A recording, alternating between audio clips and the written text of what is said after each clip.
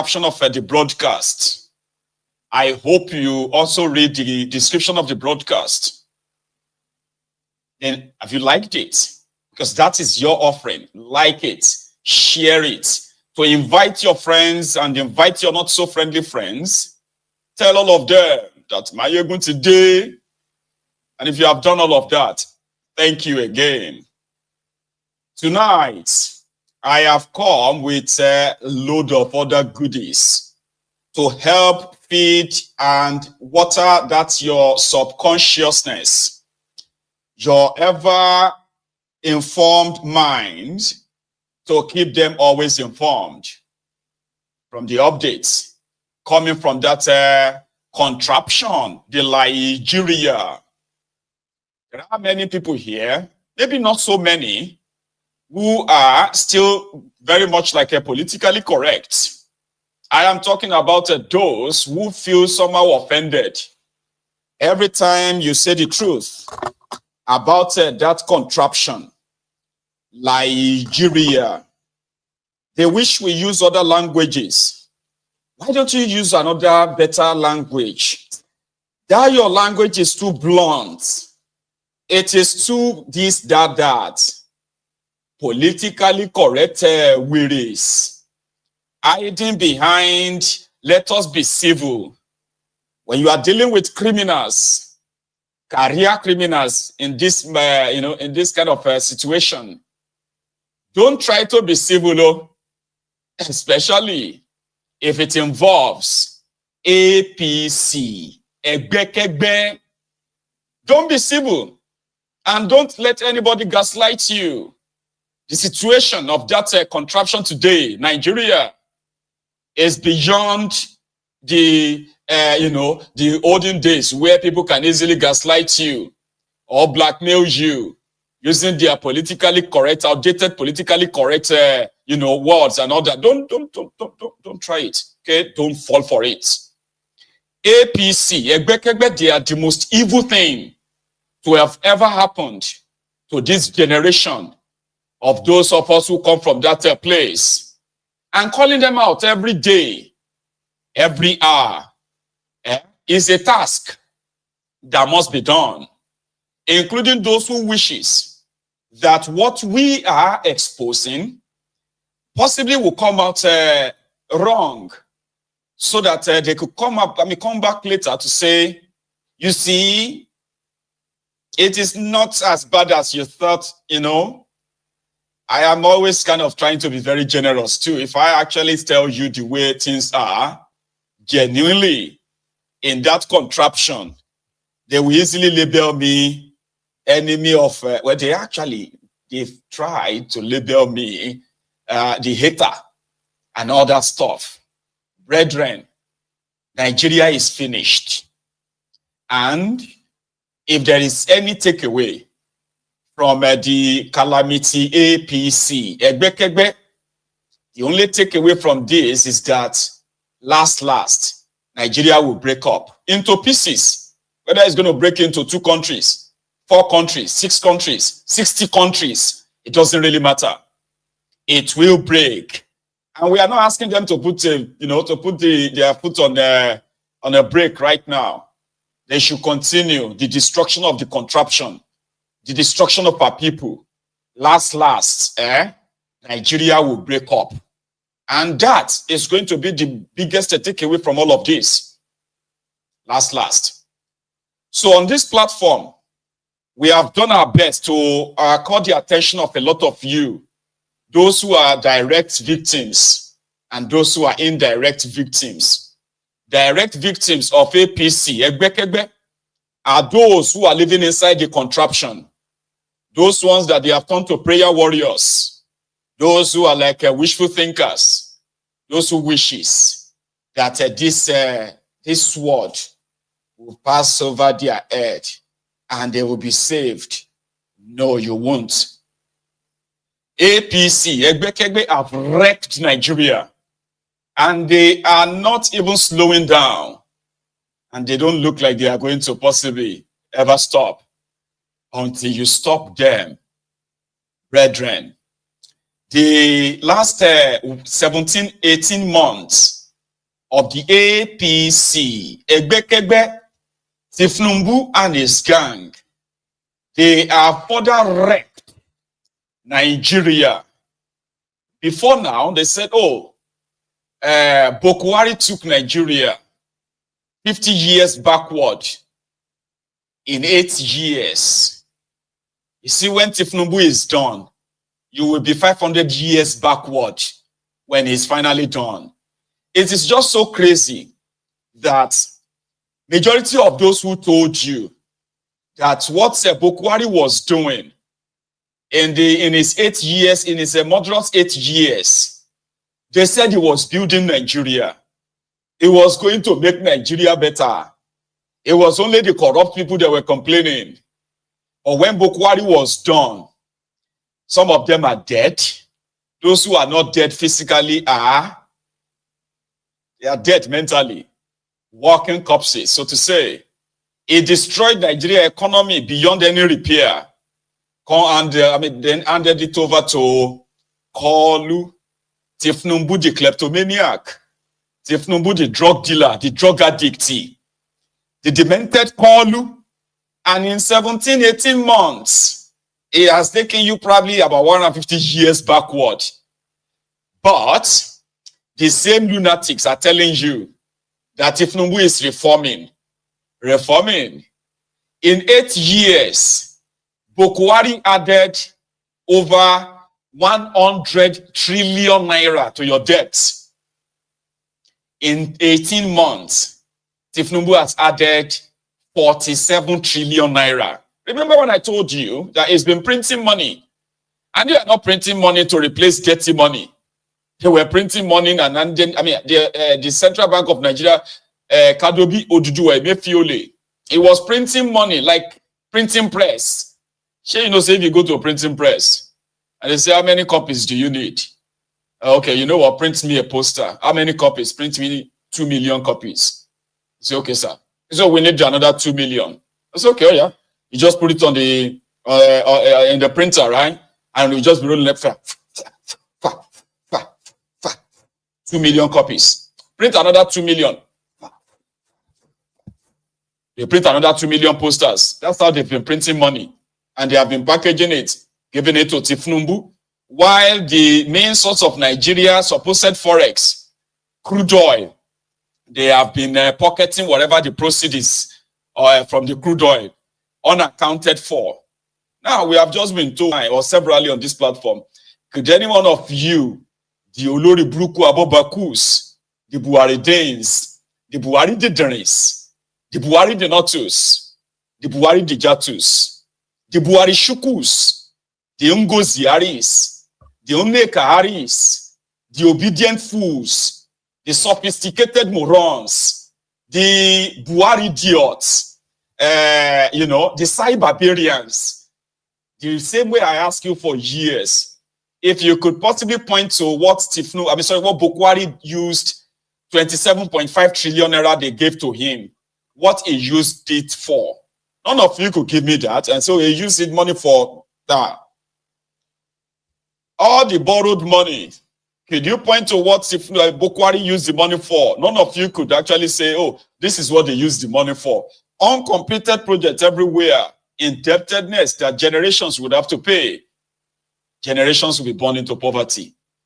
I'm talking about 100 years to this time.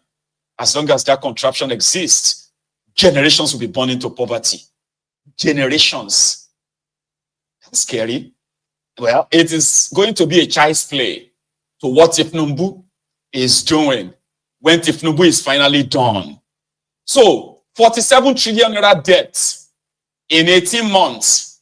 Can any of you, bat idiots, bastards, Lagos Abobakus, Oshogbo Alimajiris, the crumb eaters, the crumb chasers, the ass lickers, the all risers. Can any of you just point to what Tifnumbu invested 47 trillion naira money, the debt, 47 trillion? Can any of you please tell me what they used the money for? Is it on power? Did they use the money for road maintenance? Did they invest the money in your education, or invested it in your healthcare? Could anybody or any one of you point out? No thanks to Tifnumbu, right? Well, that is the breaking news. You likely will never know.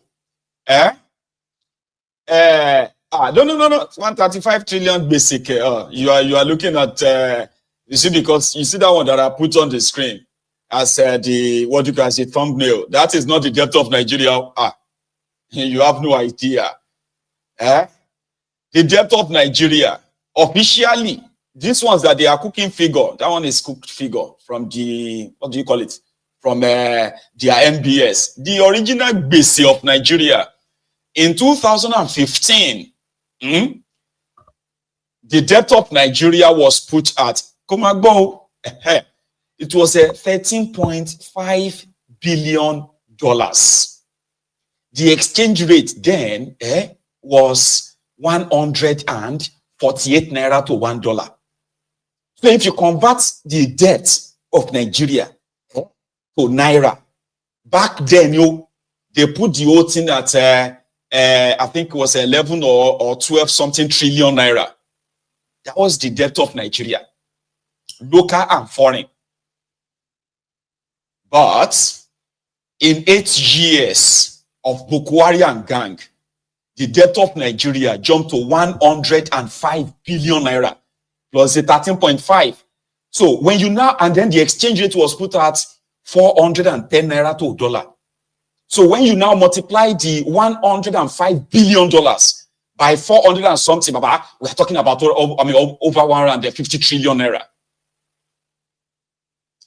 Hang on, and this, sorry, over what you can, they put it at over 95 or so trillion. Hang on. However, the main exchange rate go out there was 710 naira. How many of you remember that? 710 naira to $1. And that's how we got the 155 trillion naira debt for Nigeria.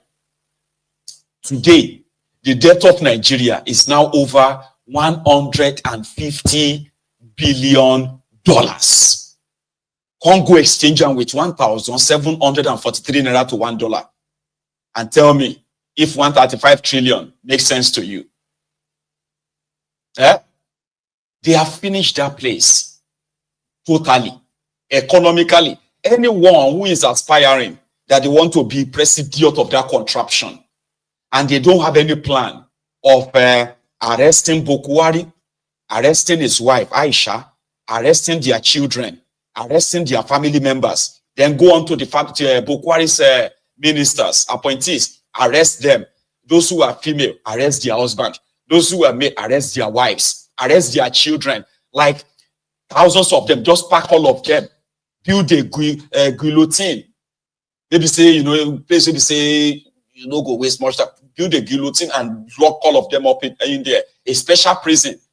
Then arrest Tifnumbu, arrest his wife, their children, all of them, woman abroad, their family members. And then all the Tifnumbu's 48 thieves. Anybody where they talk say he wants to come and rule that contraption after these criminals and doesn't have that plan, he's a criminal himself or herself, whoever that person is. By the time these guys are done, sure you get. So as we speak, they say that if they break up, if they divide the debt of Nigeria now, you with me?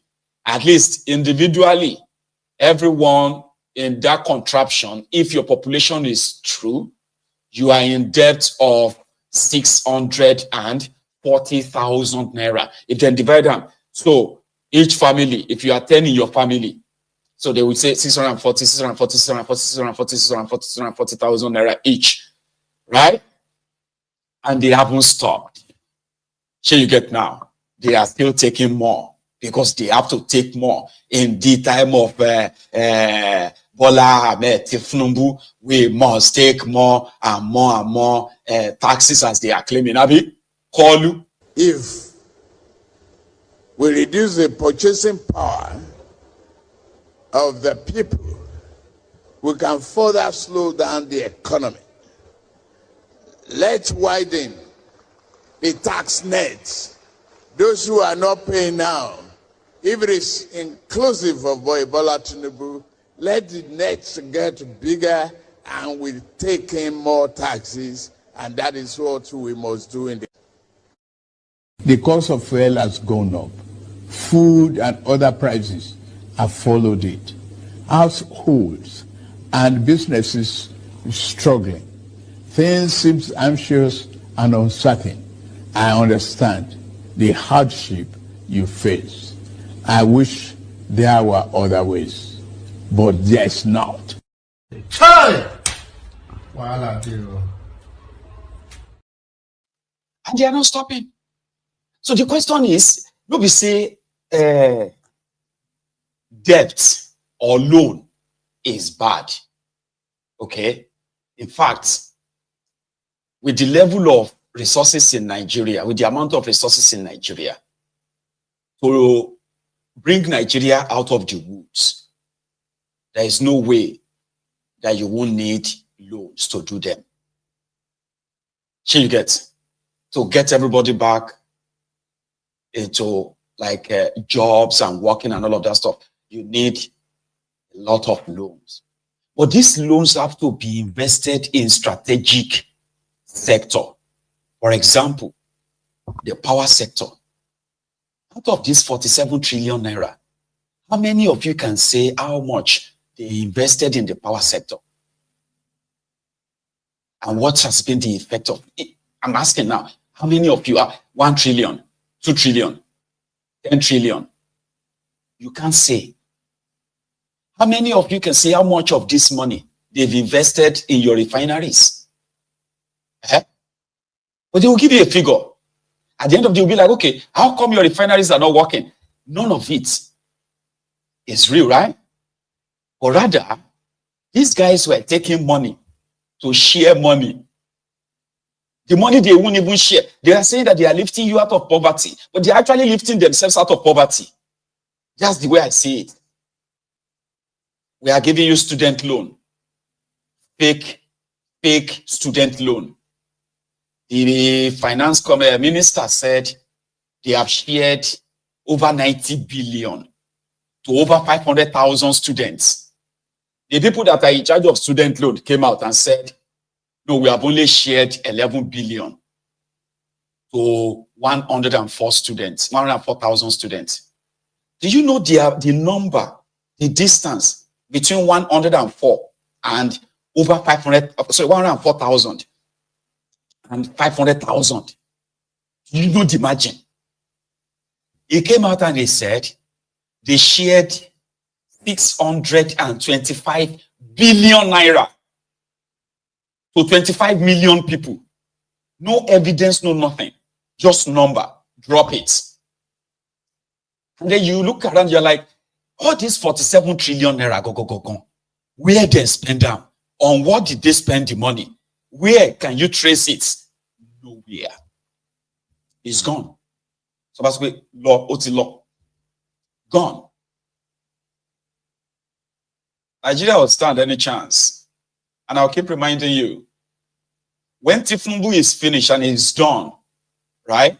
After you have been fed enough propaganda, lies, and you look around, even the minimum wage, they told you that to pay minimum wage of or living wage of 250,000 naira, they said it was going to add an extra a year. They said it's going to add an extra 7 trillion naira. So to avoid that, no, I think they said 7 trillion. So to avoid that, they decided to pay 70,000 naira. That 70,000 naira they promised that they will pay or pledged or agreed to pay. To this women, Shishi, they never pay. Shingbang, they no pay. But meanwhile, they have already started giving themselves the medals. The medals that say, Tifnumbu has increased minimum wage. They destroyed your economy. Tifnumbu, accountancy, Poseidon, that defended the Lagos from Atlantic Ocean. The man they claim built Lagos, Abi, in 18 months, destroyed what people felt like could no longer be further destroyed after Bokwari. Bokwari gave you minimum wage of 30,000 naira. And that was $78 during Bokwari's time. $78. A bag of rice then was 30,000 naira. Minimum wage, 30,000 naira. Today, minimum wage of Tifnumbu is 70,000. $43. A bag of rice is 120,000 naira.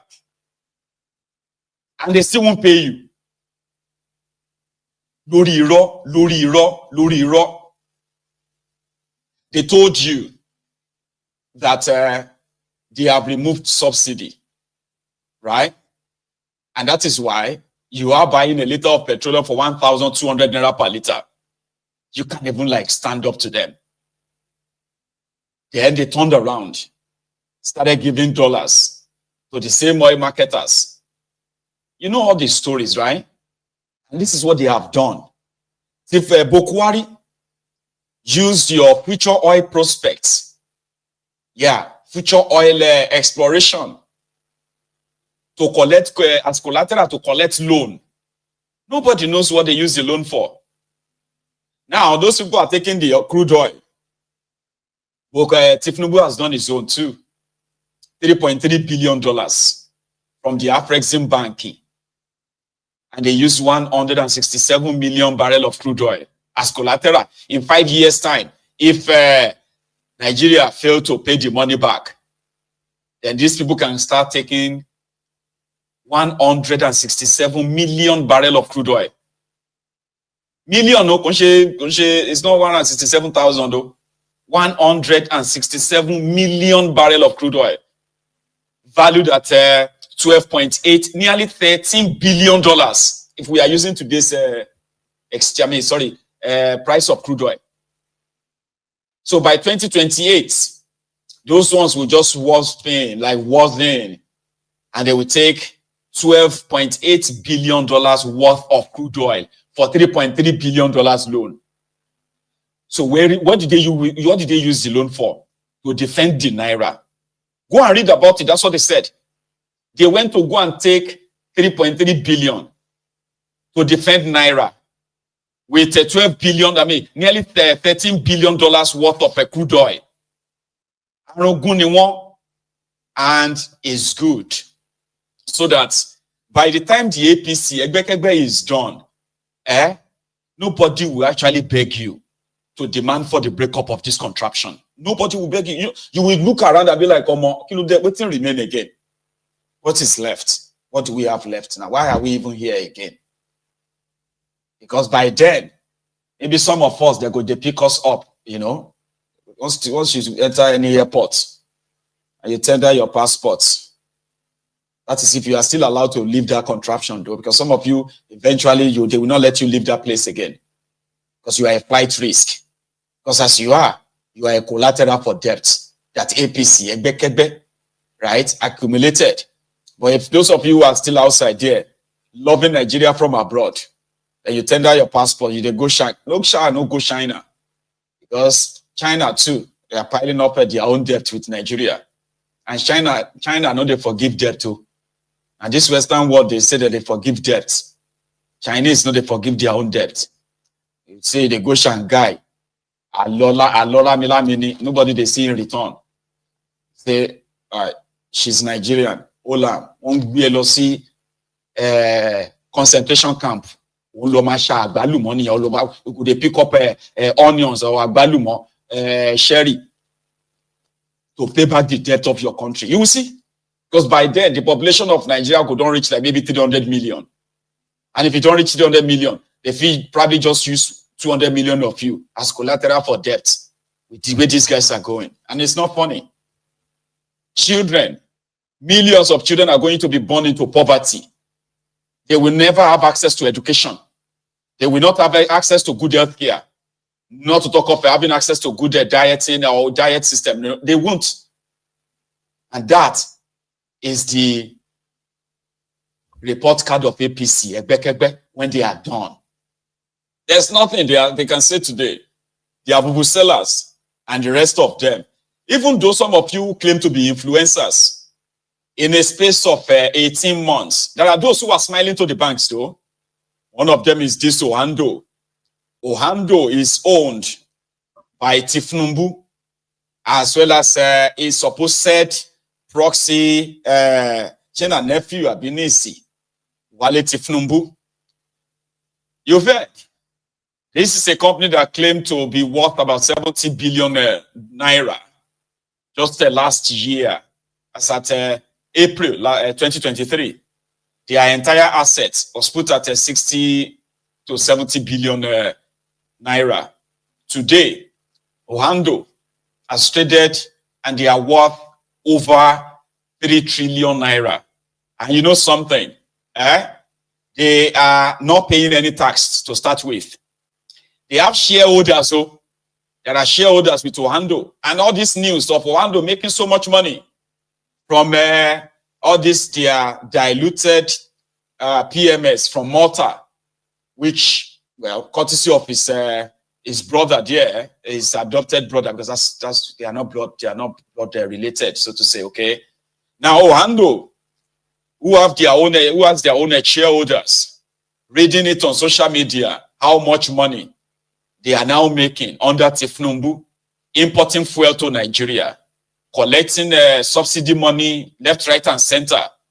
So they are supposed to declare surplus. All shareholders were supposed to collect their own rubber. But no, Shingbine, they have not paid their shareholders. It's going to 2 years now. Shingbine CC. And as it is, they are beginning to ask questions. What is really going on? Only for all of us to wake up this morning. Oando don't pay influencers to be telling all of us how Oando is making so much money. Ah, man, surprisingly, it's like it's more or less like a WhatsApp message, copy and paste. They pay these losers, these wearies. They pay them to 200,000 naira, 200,000 naira to copy and paste and post about Oando on Twitter today. Our revenue is up to 51% to a massive 2 trillion. And despite challenges in Nigeria now they have challenges, so not them pushing forward with a solid 62.6 billion in profits. Now, you see all these things they are pushing on social media. Shingbine tax they don't pay in Nigeria. Their shareholders are not collecting anything, and they may not even collect anything. So they paid influencers in Nigeria to be pushing this narrative. It's more or less like, they call it gig.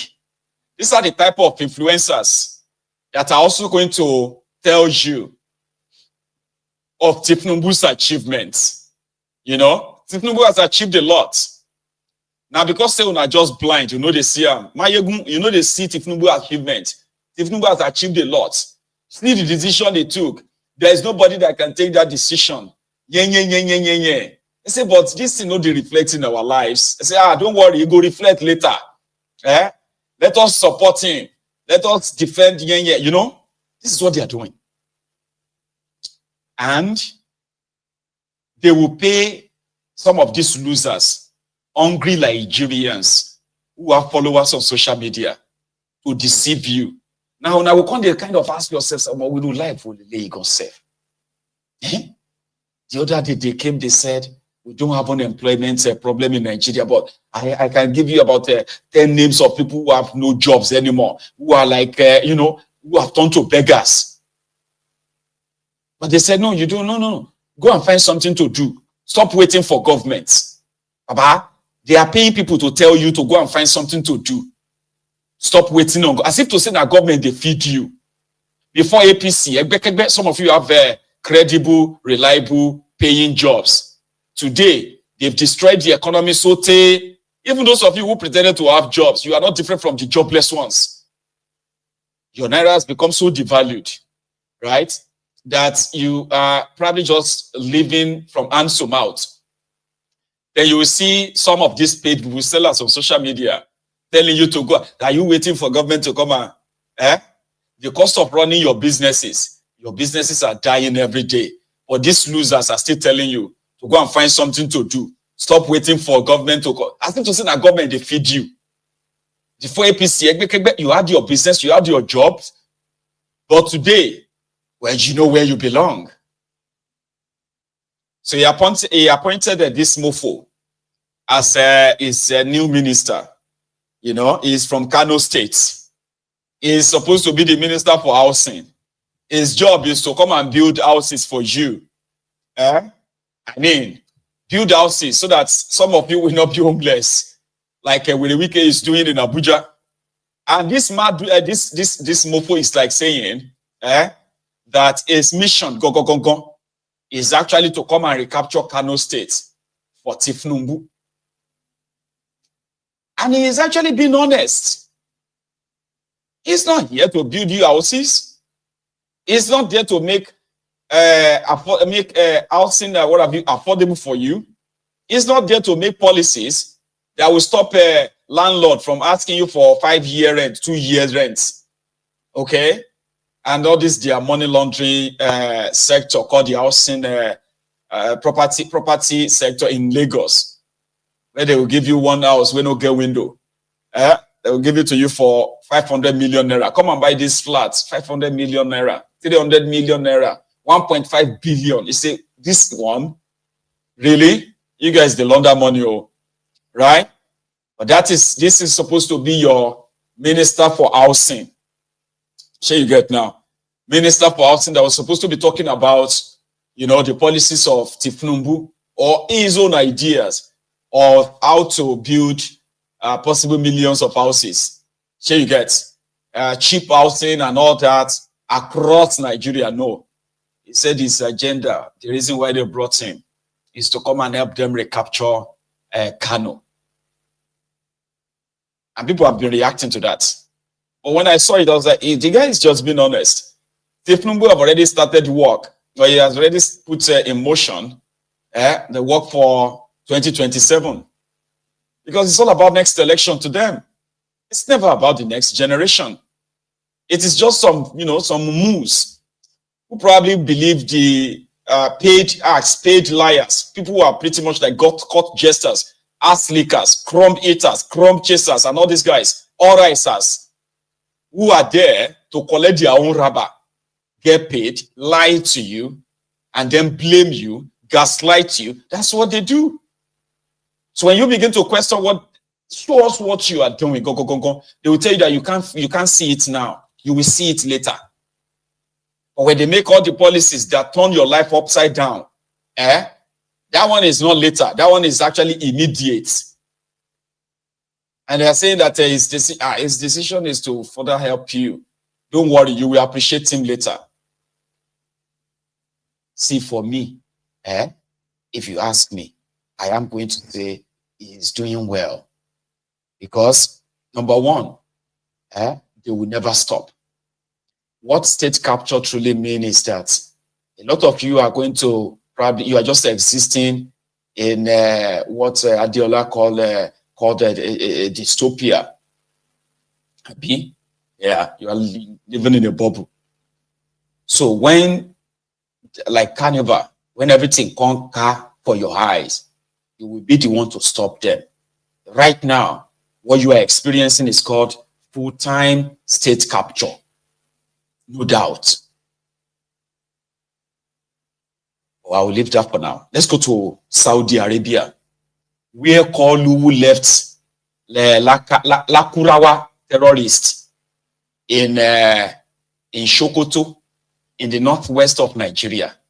The Lakurawa terrorists, we have now been told, they are actually being funded from all these Gulf countries, Qatar, UAE,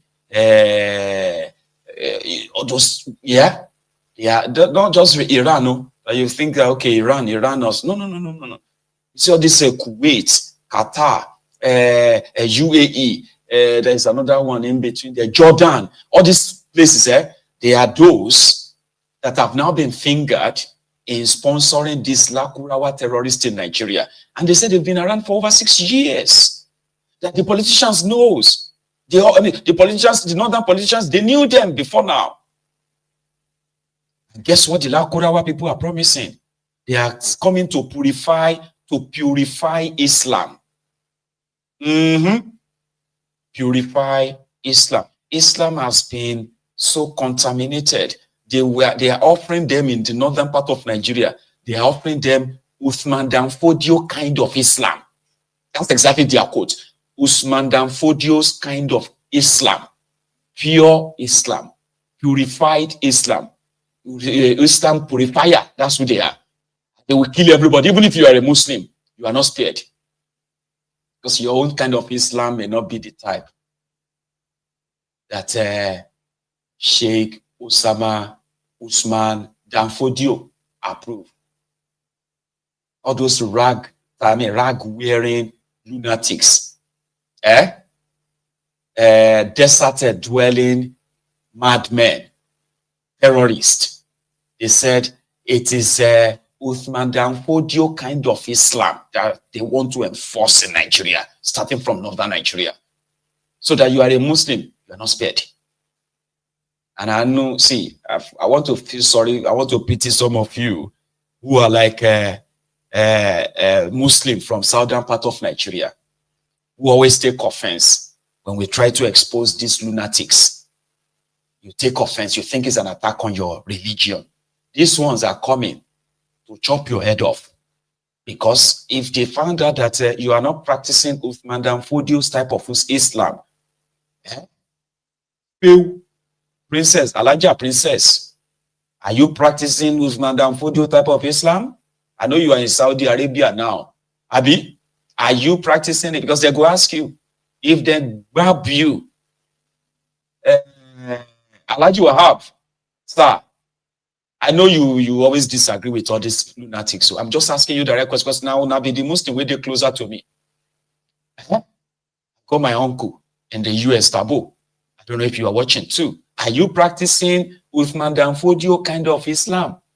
Or you will wait for the purifier to meet you? Listen to Bukati, a guy who is a specialist in documenting the terrorist activities, the terror activities of these terrorists in northern Nigeria. Listen.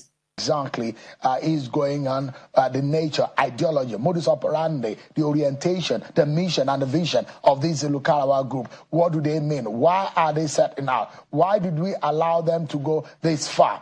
He's a researcher and on issues of extreme terrorism.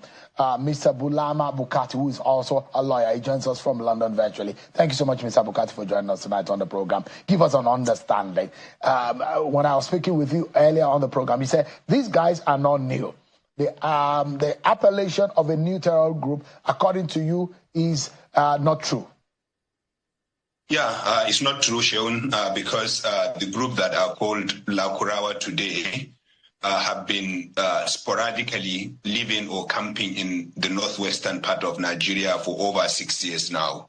They first started illegally entering Nigeria around 2016, 2017, but they did not stay permanently. What they do, and that's what they do till today, is that they move in, stay for a few months, and then they go back to the Sahel or wherever they are coming from in Niger.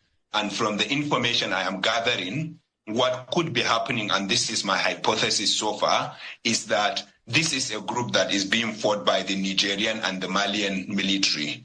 And whenever there is a sustained pressure by the military in Niger and Mali, they move out of Niger and Mali, come in northwestern Nigeria in order to regroup and to recuperate and then go back and continue to fight in the Sahel. And they have been doing that at least since 2017.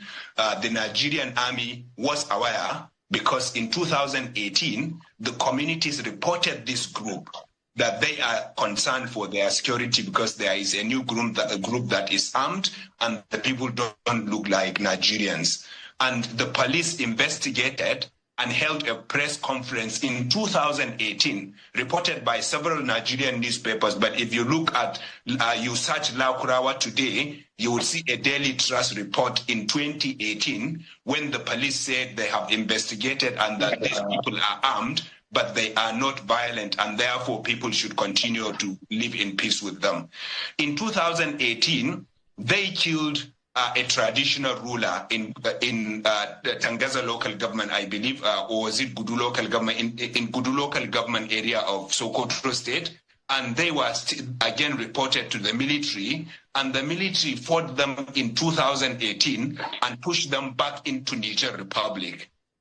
But then after a few months, they came back to continue their campaign, and that has been what continued until today. So it's not a new group.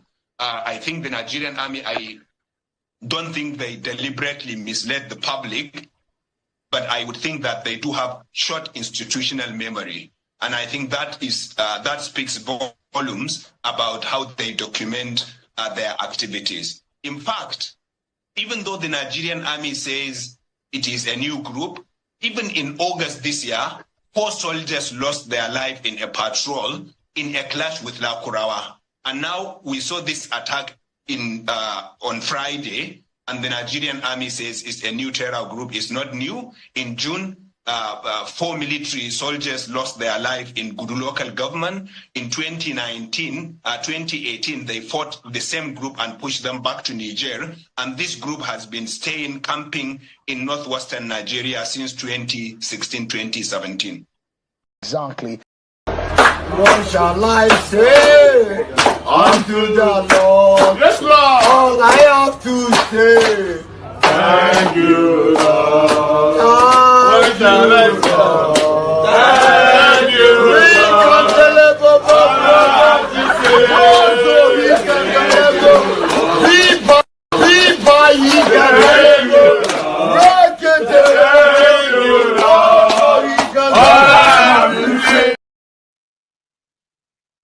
That's not meant to be funny. It's just so you know that when we tell you that there is an intentional cover-up in protecting and shielding these terrorists in northern Nigeria. Do you see the parts where he said they are not new?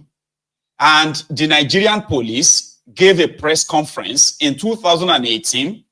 And even though these guys are armed, they told the people to continue to coexist with them, that they are not dangerous.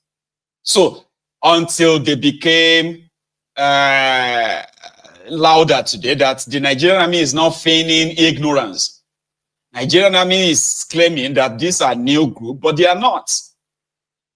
That Bulama Bukati, that's his name. Bulama Bukati, that guy. He lives in London, though, right? But he's a very, very strong guy that continued to expose some of these terrorists, like even during the time of Boko Haram, to the point that the Fulani terrorist, the Boko Haram terrorist, they've actually declared him wanted too.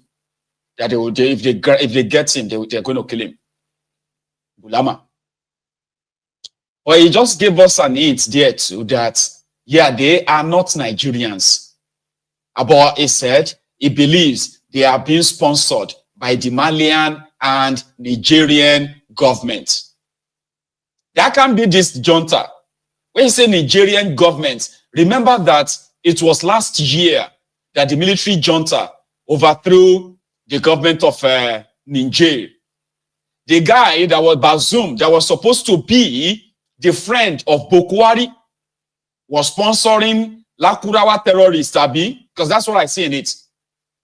Similarly, in Mali, that they also overthrew their own government. Remember, in 2021. So, which means the government in Mali, the government in Niger, before these military juntas, right, came on board, they were sponsoring these Lakurawa terrorists, that they were allowed to camp in the forest of Sokoto. Nigerian security intelligence community got the wind of them, but because they claim to be descendants, the followers of Uthman Dan Fodio, to come and purify Islam, so they allowed them, and they told the public, misled the public, that they are not dangerous. Meanwhile, these guys have killed Nigerian soldiers. Even this year, they killed 4 Nigerian soldiers, but Nigerian army is claiming that they are new. Yesterday, They were asking the communities in Sokoto, the people of Sokoto State, to give them information. Please give us any information you have on these people so that we can fight them. No, they are not fighting them. They are shielding terrorists. One man said in his own words, it was like, no, these guys are not actually like fighting. They are not fighting for religion. They are fighting for resources. Whatever they are fighting for.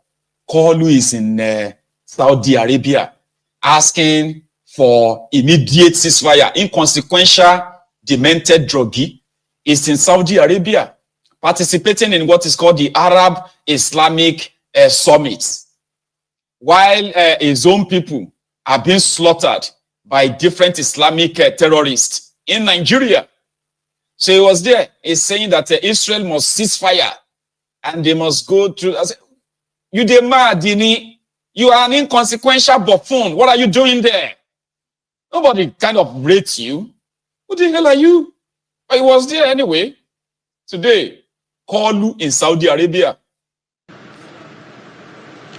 Your Excellencies, Your Majesty, the King Abdulaziz Al Saad, the custodians of the two holy mosques, for convening this summit. I thank the Crown Prince and Prime Minister of the Kingdom. Your ladies and gentlemen, Your Excellencies, Salamu Alaikum. It is with profound sense of duty that I call before you as we work to end the Israeli-Palestinian conflict and realize the two-state solution. This is urgent and very urgent. Conflict in Palestinian homeland has persisted for too long, inflicting immeasurable suffering on countless lives. As representative of nations that value justice, dignity, and the sanctity of human life, we have a moral obligation to collectively bring about immediate end to this conflict. It is not enough to issue condemnations. The work must work towards an end to this aggression in Gaza, which has persisted for too long. For too long, human lives, as you have heard, has been lost. No security concern should come at the expense of many innocent lives. In a rule-based international order, states have the right of self-defense. But self-defense must take opportunity, proportionality into account in line with global legal, diplomatic, and moral framework. An entire civilian population in their dreams and futures cannot be dismissed as collateral. Your Excellencies, Your Royal Majesties, the two-state solution stands as a beacon of hope. I agree, representing the right of both Israelis and Palestinians to self-determination and peace. It is not just a diplomatic article of faith, it is a vision grounded in principle of quality and mutual recognition. Achieving this vision requires a commitment to dialogue and deal-making in respect for history. We know this conflict did not begin in October 2023. It can only be resolved through principled compromise based on appreciation of proper of the proper context. The conflict in the cradle of history is so visceral that the ripples of this division spread far and quickly. The corrosive impact of images of endless violence repeated on 1 billion smartphones around the world is huge. We need to find a new pathway to peace without delay. Nigeria has always championed the cause of peace and cooperation among nations. Our own experiences, domestically and regionally, have taught us that identity politics are no substitute for respecting the nuances of diversity. The path to reconciliation may be fraught with challenges, but it is through honest conversation and deal-making that we can foster understanding. The international community has the opportunity to bear the new resolution. Your Highnesses, let us forget the human cost of this conflict. We must prioritize the voices of the families torn apart. The children who grow up in fear and the communities that for long rescue for stability. It is our responsibility to advocate for their rights, build a future where their dreams are no longer stifled by nightmare. I call upon all of us to come together in solidarity, to stand firm in Nuisance Lele. Nuisance Lele. Just before we forget, okay? So, Koolu is soliciting for two-state solution between Israel and Palestine. Okay, fine. How about they withdraw all of their own murderous military from the eastern part of Nigeria and sit on the same release Nnamdi Kanu and sit on the same table to discuss a two-state solution also in Nigeria?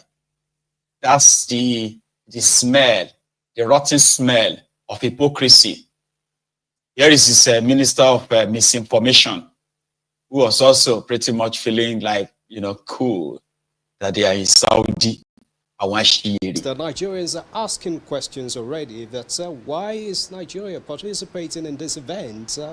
Really, what qualifies Nigeria to be part of this event? Well, thank you. First and foremost, Nigeria is a leading member of the international community. Nigeria is a very important country, not just in Africa, but on the global stage. Recall that Nigeria is the biggest black nation on earth, and we have a very close proximity with the Middle East. And Nigeria has had a very long-standing relationship with not just countries around the world, but also the Middle East. Now, recall that last year, as you said, precisely on the 11th of November 2023, the president was here at Africa-Saudi Summit, which also had the Africa-Arab Summit. The issue of Palestine, then very fresh. The conflict between the Palestine and Israel was very fresh. Nigeria participated. And in that summit, it was agreed that there must be a de-escalation of the conflict and return to the diplomatic table. Now, 1 year down the line, we have seen the kind of thing that has happened in Israel and in Palestine. We have seen the kind of loss of lives and destruction of property that everyone around the globe is talking about. And so when this summit was muted and Nigeria was invited, President Bola Ahmed Tinubu, consistent with his thinking about being very humane. He is a very, very humane leader. He looks at the issue of humanity very seriously. Whatever the reasons are, he thinks that both countries need to de-escalate. They must come back to the negotiating table, so that at least for the, let's have some peaceful resolution. Whatever is the case, this conflict can never end on the war front. We must come to find a diplomatic solution, and this is exactly what we are seeking here. And so Nigeria is seizing the moment again to participate, to lend its voice as a very important player on the global stage to ensure that all countries of the world have a peaceful resolution to this matter. Okay, all right, Honorable Minister, that exactly is what a lot of people or countries are hoping for, to see that this war is ended once and for all. And it's been on for years. Nigeria's stand has been known for a two-state solution. What do you want to tell Nigerians about this, the stand of Nigeria, and how you think it will end the war? Well, Nigeria is very consistent on that. It supports a two-state solution, with Israel and Palestine living side by side in peace and security within very secured borders for both countries. Nigeria feels that that is the only way forward. We must go back to the root of the matter. Of course, this conflict is rooted in the fact that both countries feel that there is something that they are losing. So Nigeria feels that if all of them come together, and then there is this imperative of the principle of two-state solution, Israel living as a state, as it does now, in peace and security, the Palestinians also having that. And recall that unless you do that, look at the way the conflict is already going, spilling over the borders of both Israel and Palestine. It's going to Lebanon, and we are also seeing that Iran is also being gradually brought into the conflict. So unless this solution is found, and unless there is a diplomatic solution to it, this may engulf the entire region, and in effect, it will also engulf the entire world. Nigeria is a very important country, like I said earlier. Unless there is peace in the Middle East, there is no way Nigeria will not have also issues to contend with. Already, we are seeing movement of people around the region. Nigeria, because of its proximity, is likely to begin to draw some of the people who are escaping this conflict from. And we also have nuisance lele.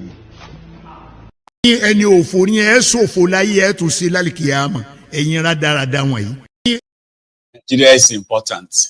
Nigeria is inconsequential in the scheme of things. No thanks to APC, because you are inconsequential. The reason why you got dragged into all of this is because Olori Buruku Babangida registered Nigeria into Organization of Islamic Countries, OIC, in 1990 or something. Nigeria is not an Islamic country. Waiting concern Nigeria with Arab and Islamic war. What is Nigeria's business there? But because these northerners, who somehow believes that Nigeria was willed to them by the British. So therefore, whether we like it or not, that's what they said, whether you like it or not, Nigeria is an Islamic country. Yeah. I know those of you who are not Muslims will decide, no, we are not. That is to you, to them. No, you are. You will never see Nigeria attend what is called, do you have anything like that? Like the Christian countries of Organization of Christian Countries. Do you have anything like that though? There must be something like that. Yeah? Nigeria, if you try it, they will start war in Kano. They will begin to burn houses, begin to kill people. That you want to Christianize them and all that stuff. So mentally, they have built generations to believe that Nigeria is an Islamic country, and that some of you don't know. And see, that is why this their Mumu ticket, Muslim ticket, was pretty much like a declaration of jihad in northern Nigeria against anybody who was against Muslim ticket last year. They were considered as enemy of Islam. No joke. Their sheikh, the rest, they took it like it was if we have to go to war, we'll go to war for it. So that is why you are there. You are inconsequential. Totally inconsequential. Nigeria is prominent. Even Nigeria, like war. Eh? But yeah, they just have to make it look like, say, Nigeria is the biggest black nation on earth. Nigeria is while Nigeria is burning. These Arab countries, they are not they are not calling for a summit to come and help us deal with their terrorists in Nigeria, the ones that are beheading us, the ones that are kidnapping us, the ones that are selling us as slaves in Libya, all these places. Arab, they no send una papa, they no send una mama. But yeah, you can pack your bag and go there and fly down there and say you want to talk about Israel and Gaza. Yeah? When back in Nigeria, the Lakurawas, they are offering 1 million naira to join them. If you want, see, they don't invite people. Even Boko Haram didn't offer people money. Lakurawa people are now offering people money, 1 million naira to come and join them. If you can use the social media, internet, 2 million naira. Now, some people are making a joke of that on TikTok. They are making joke of that on Facebook and everywhere now. I say, send me the form. Where's the form? I want to sign up. I want to join Lakurawa. I want to join Lakurawa. 1 million naira if you want to join. Where is the money coming from? Now, that one is already flooding into Nigeria. Now, it has spread to Kelbi, to Yobe, to Jigawa, to all these areas too right now. It's not just in the Northwest anymore. It's spreading now like wildfire. Their recruitment base is like spreading. And these mofos are in Saudi Arabia, talking about Israel and Gaza. 1 million naira to go and join Lakurawa. And somebody was like, Maiyegun, are you serious? Is he online? I said, no, be online. No, you go just enter bus. Once you get to Sokoto, ask them that you are going to the border between Sokoto and Niger. And once you get to the place, ask again, they will direct you to their camp. Once you get there, they will give you 1 million naira. They will give you your own bed sheet, and they'll give you your own gun and the rest of that. That's it. You have joined. And they will deploy you to wherever they want you to go to and begin to wreak havoc. The Lakurawas. This man believes that those guys are not speaking for religion. It is all about these terrorists that you are seeing in the northern Nigeria. It's not about religion. It's not about Islam. It is mainly about the mineral resources in some of these areas.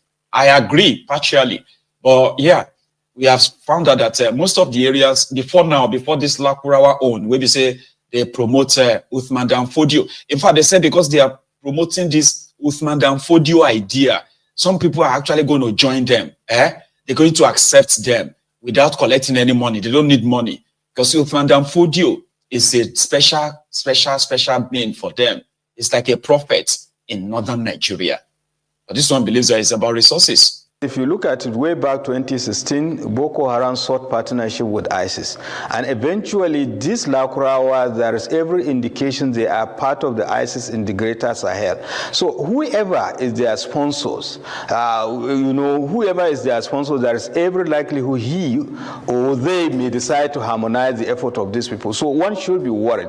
But come to think of it, there is every likelihood they are just criminal elements taking advantage of religion, just like the bandits and the kidnappers that we have in the northwestern part of the country. But possibly, again, there could be area of collaboration because of the abundance of mineral resources, because they tend to diversify, showing their true color that they are criminals, getting involved in illegal mining. Because basically, it is a question of acquisition of material resources. It has nothing to do with religious piety or what have you. So there is every likelihood they may become partners in crime in order to further popularize the people. But that notwithstanding, I think it's something that can easily be nipped in the bud so that we cannot even be able to reach that point where they will cooperate among them.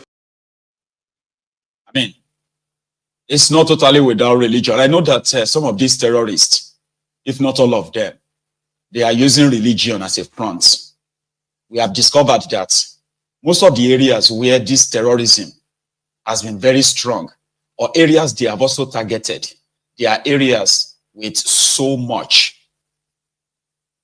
natural mineral resources.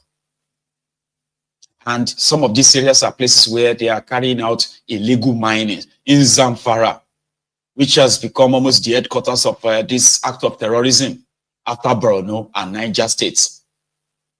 We've discovered that most of the towns, communities where they have chased people away, in Kaduna, in all these areas, there are areas where there is either one resource or many resources that they are carrying out illegal mining in some of these areas. Yeah. It is, initially people believed that they were looking for land. Land for what? They are not looking for land to farm. When they enter a village or anywhere, they already have the geo map of the place. They have all the resources that are likely going to be in the area. And then the moment they chase the people away, they'll begin to extract different resources from that place. And they already have those who are supplying them the weapons, collecting these resources from them. Honestly. But apart from all these rhetorics that we are actually getting and all that, the security agents themselves in Nigeria, right, as equipped as I believe that they are, right, they would rather just abandon those areas to them and call it ungoverned area. Ungoverned area. People have been chased away from their homes. Many of them have been killed.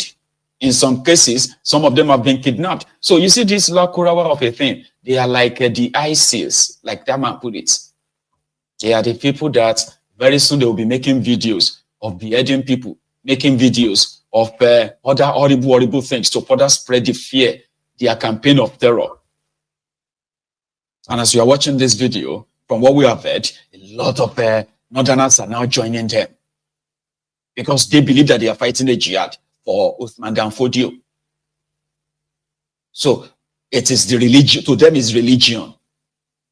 But the people who are pushing this, they are not. The majority of them cannot even read the Quran. Honestly, some of these terrorists, they can't even read anything from the Quran. Other than shout Allahu Akbar, Allahu Akbar. They can't recite a line in the Quran.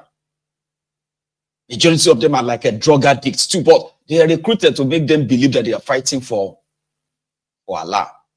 So it's not wrong, because we have unraveled that on this platform before.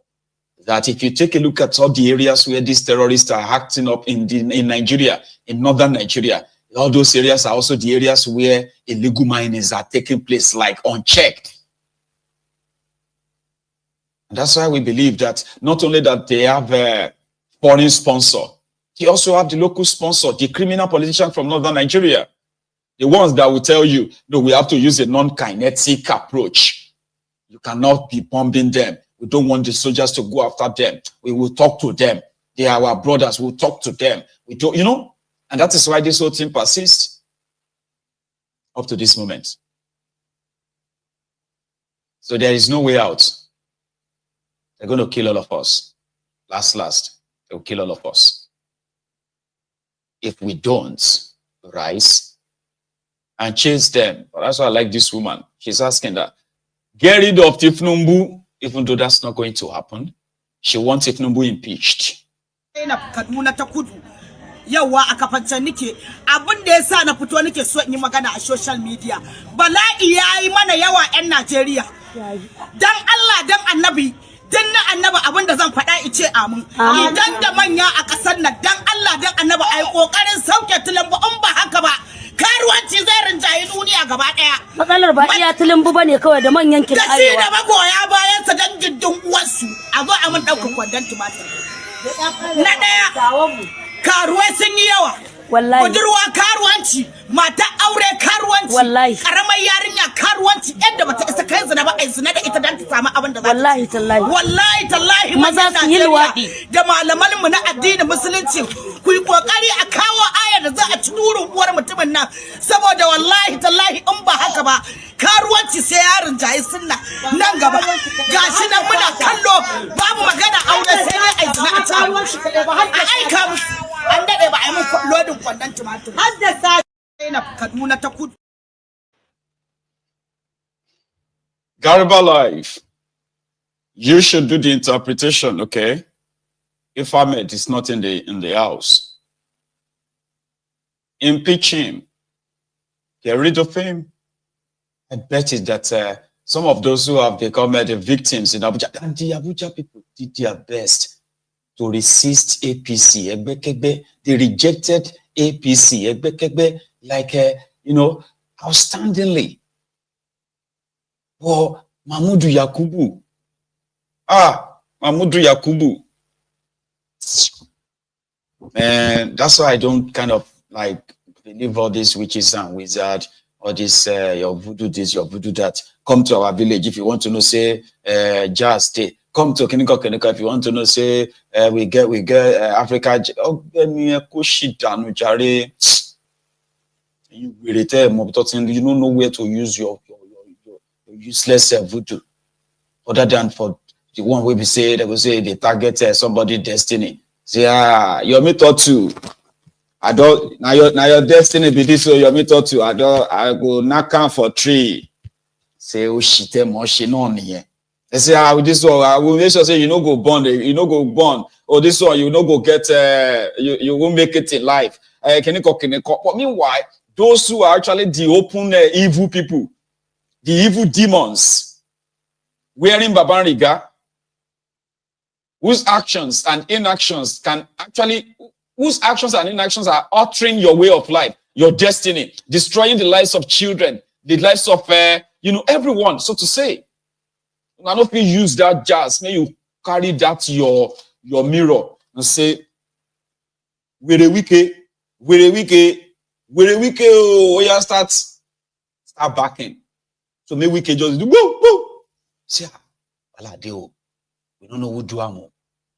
We're the wicked on the back like dog. And the people of Benue, they did something. Say Benue gets ills and all those things, right? So when the Fulani terrorists were killing them in Benue, in Jos, in the plateau and this area, right? They said that people of Benue, the TV people and the rest of them, Berom and others, they will wake up every morning. They shout, Buhario! Buhario! Buhario! 3 months after, Buhari just became deaf and dumb. Do you remember that? They hear again. The Buhari left that place, they hear. Even though that thing come make him more wicked. Stone cold hearted. Like he became more wicked. But there's not Benue people. And they do him. Buhari just woke up in the morning. Let's say, salam alaikum. They hear again. They hear. Now, there's not Benue people did that one. No. Every day that they shout the name. Now, Buhari, now Buhari. Now Buhari they kill also. Now Buhari they protect this Fulani terrorists too. Now Buhari.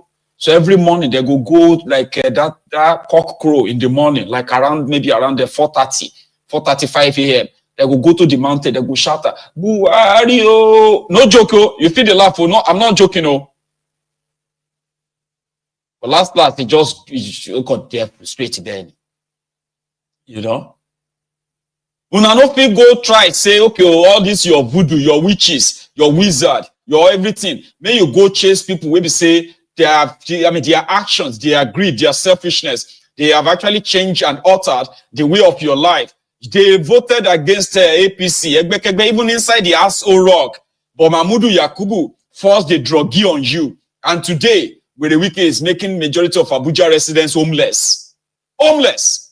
Children sleeping rough in the open, in the cold.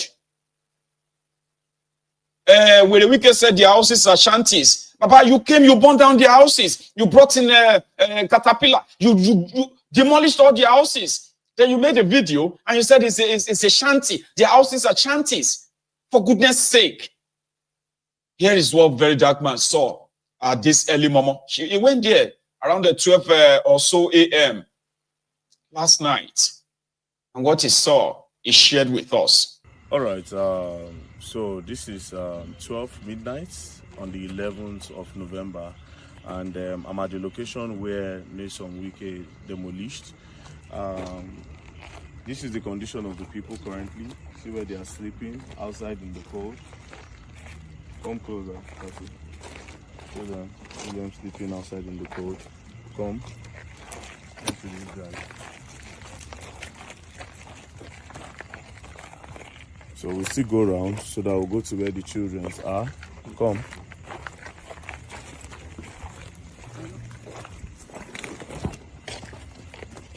We still have to go around. See this one?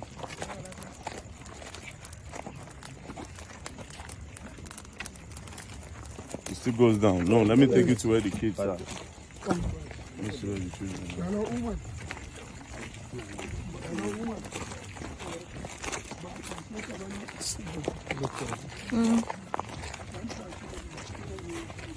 Let's come.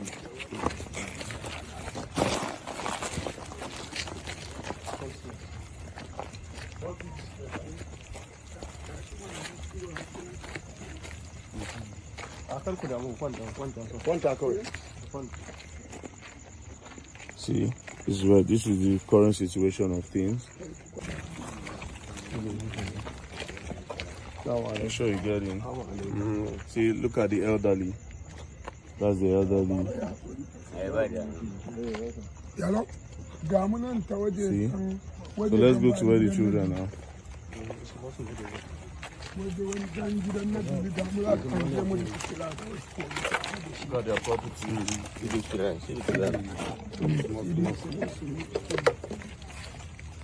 Oh, look at the kids. See that one. In the cold. See them. See kids in the cold. Mosquito will bite. So what if the children fall sick now? Medicine is no longer cheap, where you say, okay, you go buy cheap drugs. Medicine, they're very expensive. You understand? So move on. Okay. See where people are sleeping. See children. See kids. Okay.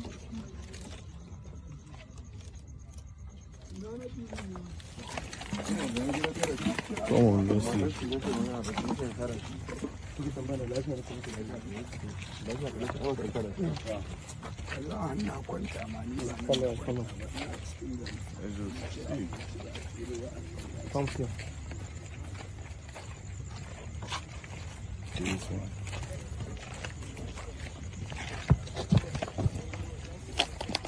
You are welcome. See for the guy. See a child. See this one. You are a little baby. See a little baby. This is just, see, come. See? Okay, go close.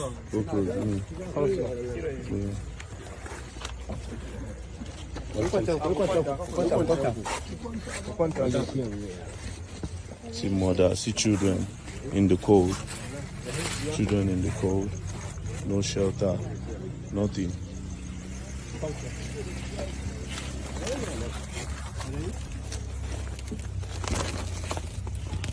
Look at small baby. See, look at small baby. Sucking breast. Sorry.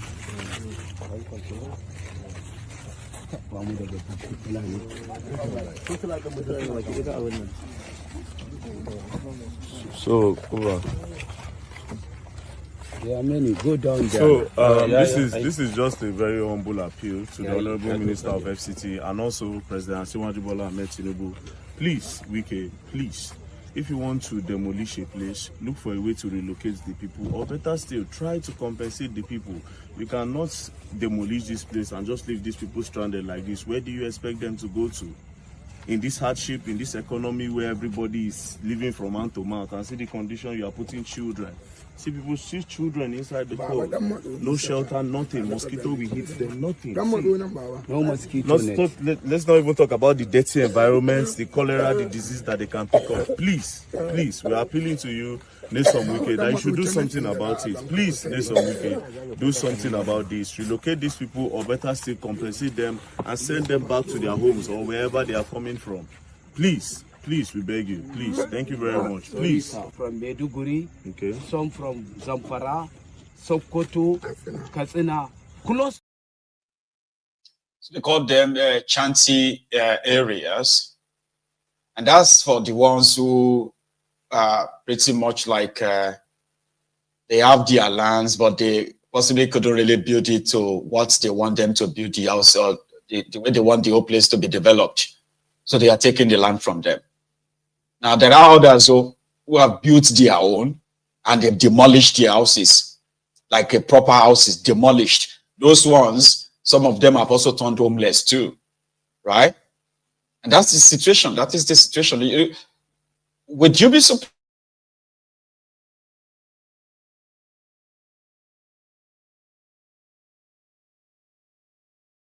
What shall I say unto the Lord? Yes, Lord. All I have to say, Thank you, Lord. What shall I say? Thank you,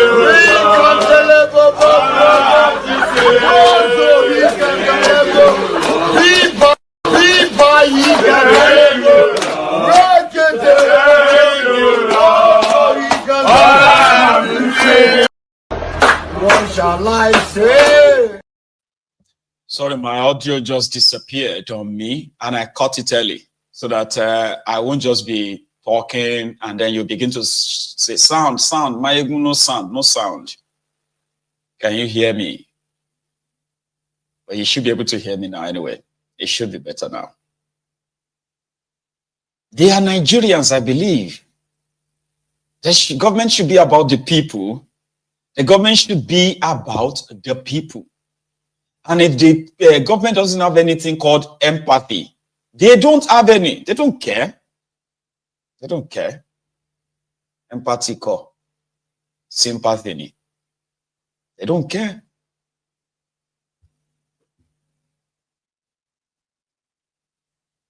And that is why a country being led by wicked people, heartless people, people who are like they are not human. You can't see any progress per se.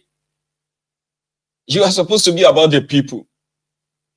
Every money that you make in government, or every money that government makes, right, is for the people. It's not yours.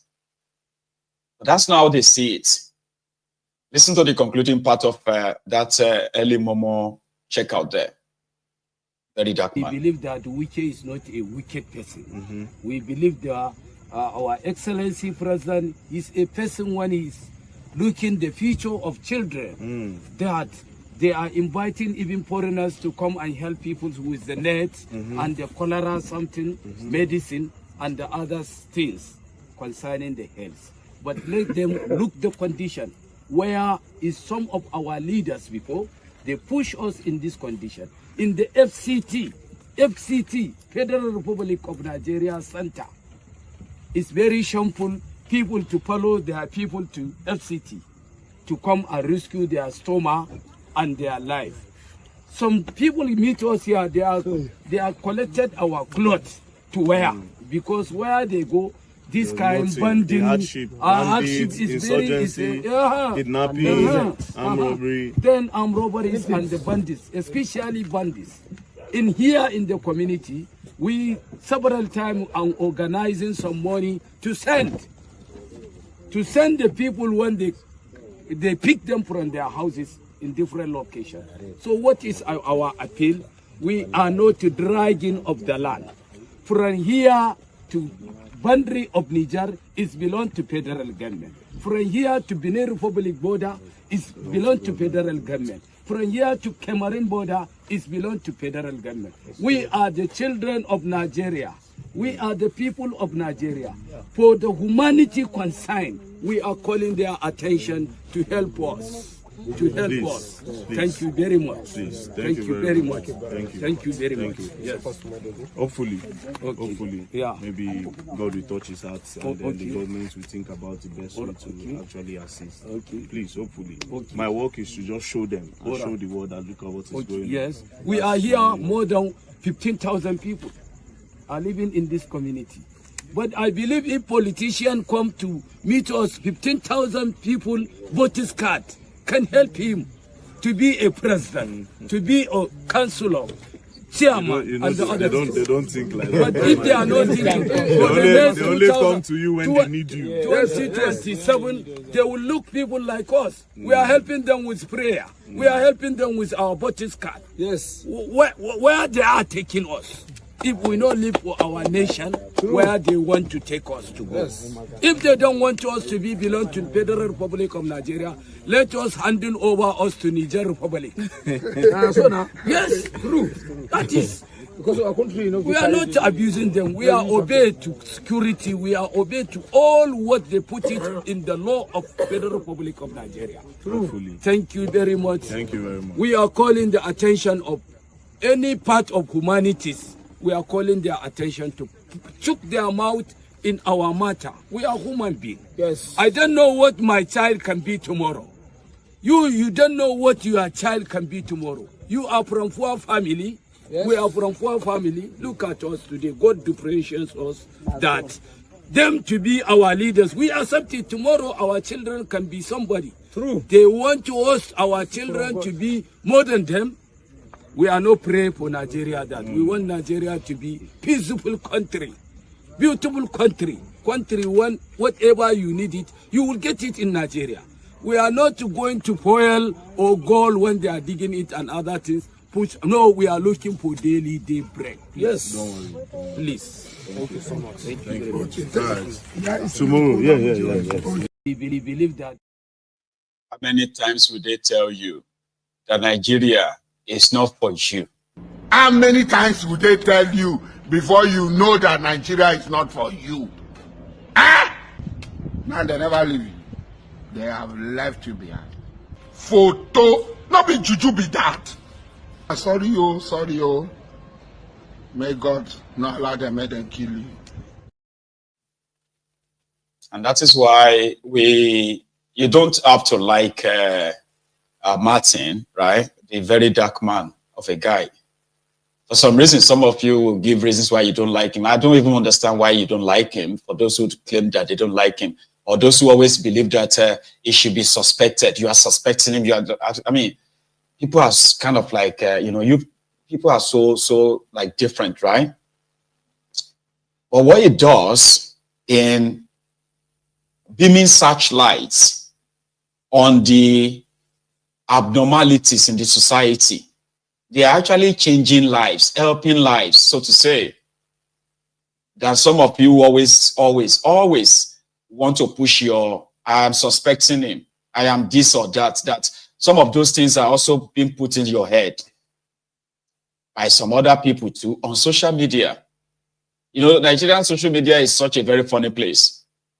You will hear one person will be like, I don't trust this guy. I believe this. See, so I know this guy is working for APC. And then you'll see some other Nigerians will just come there and say, thank you, Jerry, my brother. See, whoa, God bless you. I'm thinking the same thing. But our people know they think. Our people don't reason well. This very dark man is working for.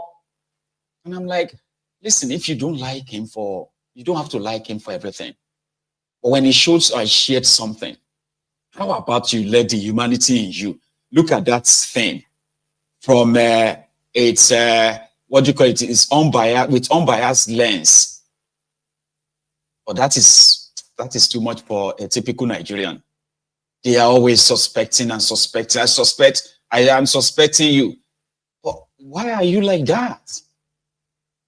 These are real life victims of a failed country. The level of discrimination, abuse that is state-sponsored. Who do you think should actually share and expose that? The Nigerian media won't do it. They would rather be in the convoy of Werewike. When they record all this kind of a thing, they will cut them off and they will broadcast Werewike's statement only, where he's glorifying himself, justifying his inhumane acts. The media in Nigeria will cut off all these guys. They will not go there in the middle of the night and record these people or talk to them. They won't.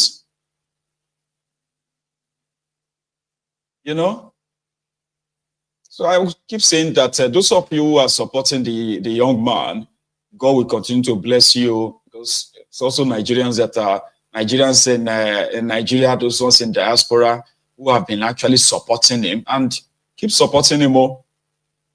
You know, because a lot of people want to see his end. I've had people who have said that you will see his end.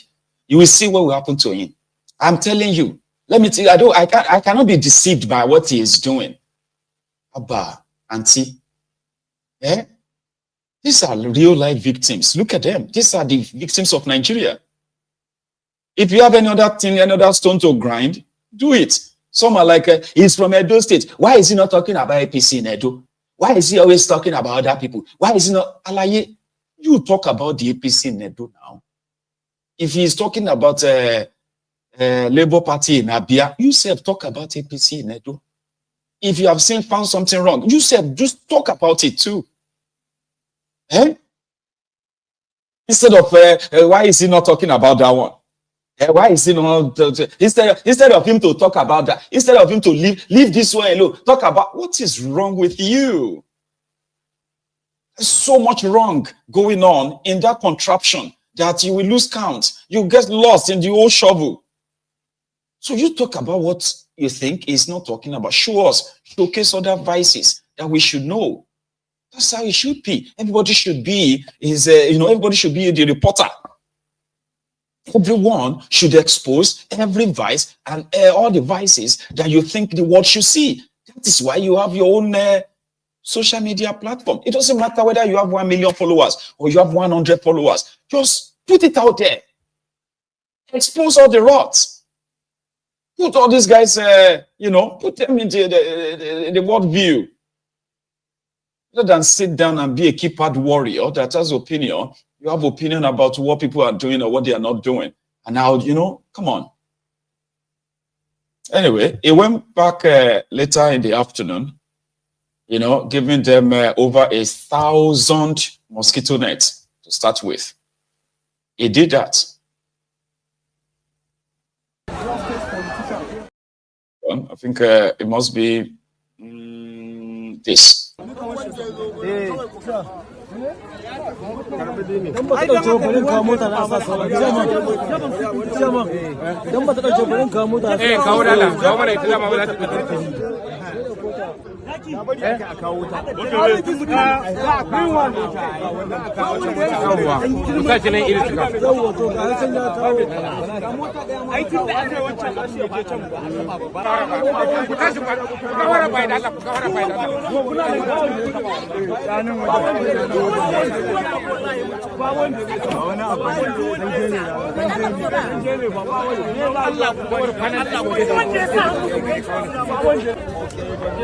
Yes, get all these men. I don't want to see them. You have to do one more time. You buy something.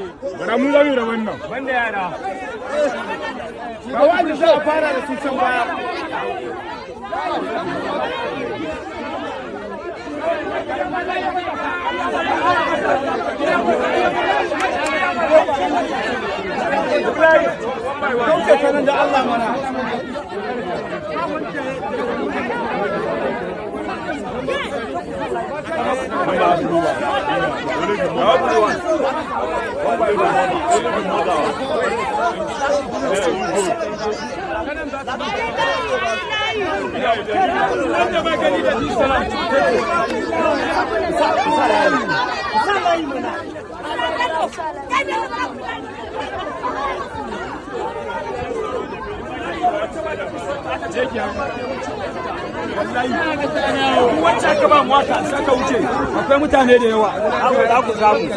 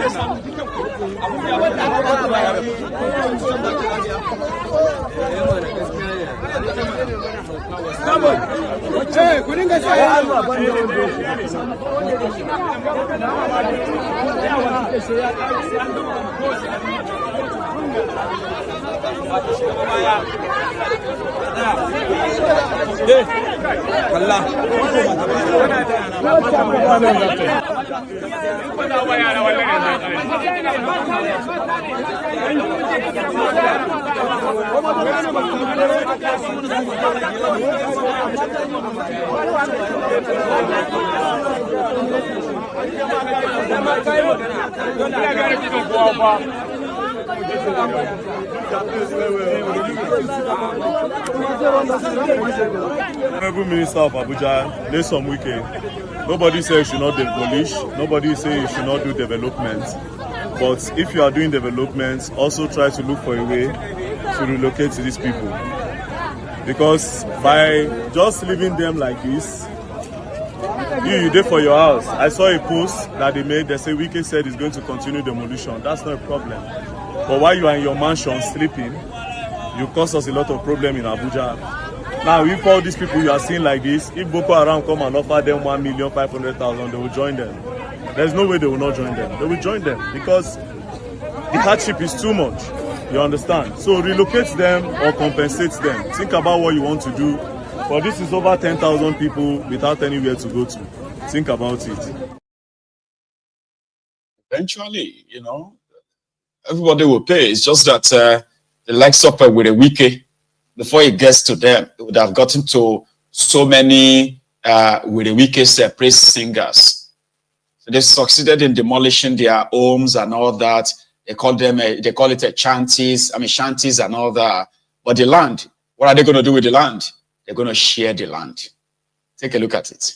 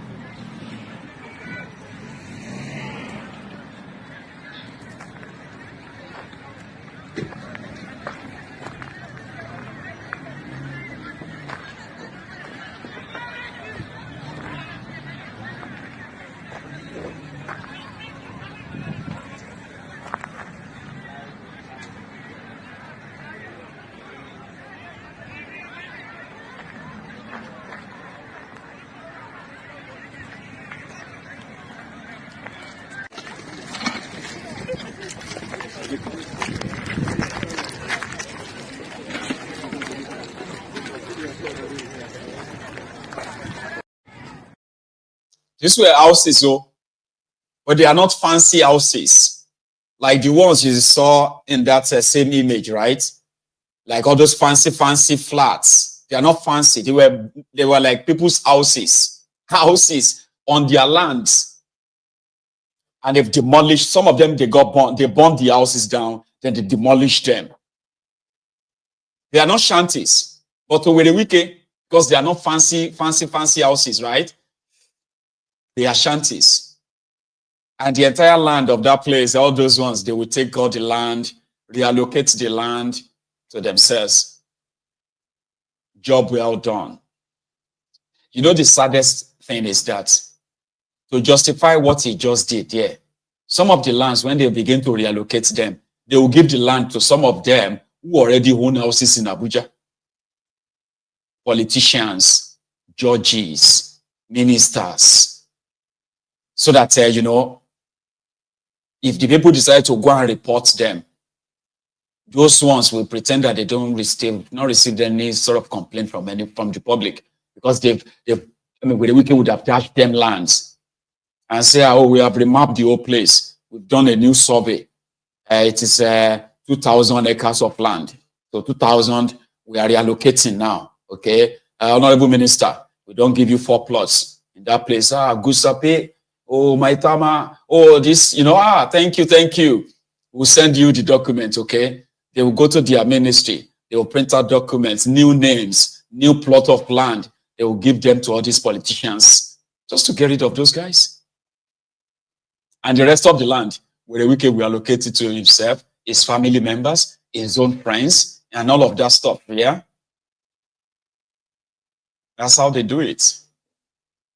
But it's different from what this guy is doing in Lagos. In our Kombon area, they were carrying out a kind of like a demolition of illegal structures, they call it in Lagos. And this is how that one went. You know Wahab now. The way Wahab does his own thing, goes after all these illegal structures that were, people who built houses or who built shanties under bridges and all that stuff, kind of, right? Watch this.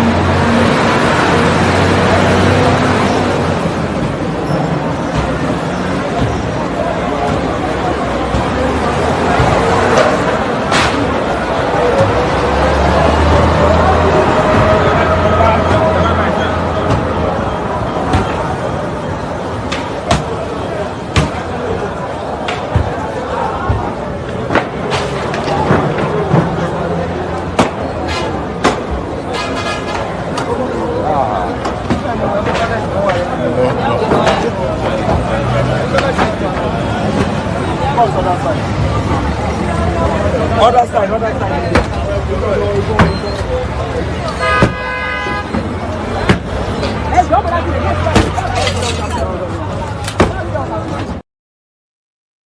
Imagine. Director's Court said that Ililawa, Talawa, Ocean View, estates. And now you go take selfie next to the ocean behind you. About people they live under the bridge.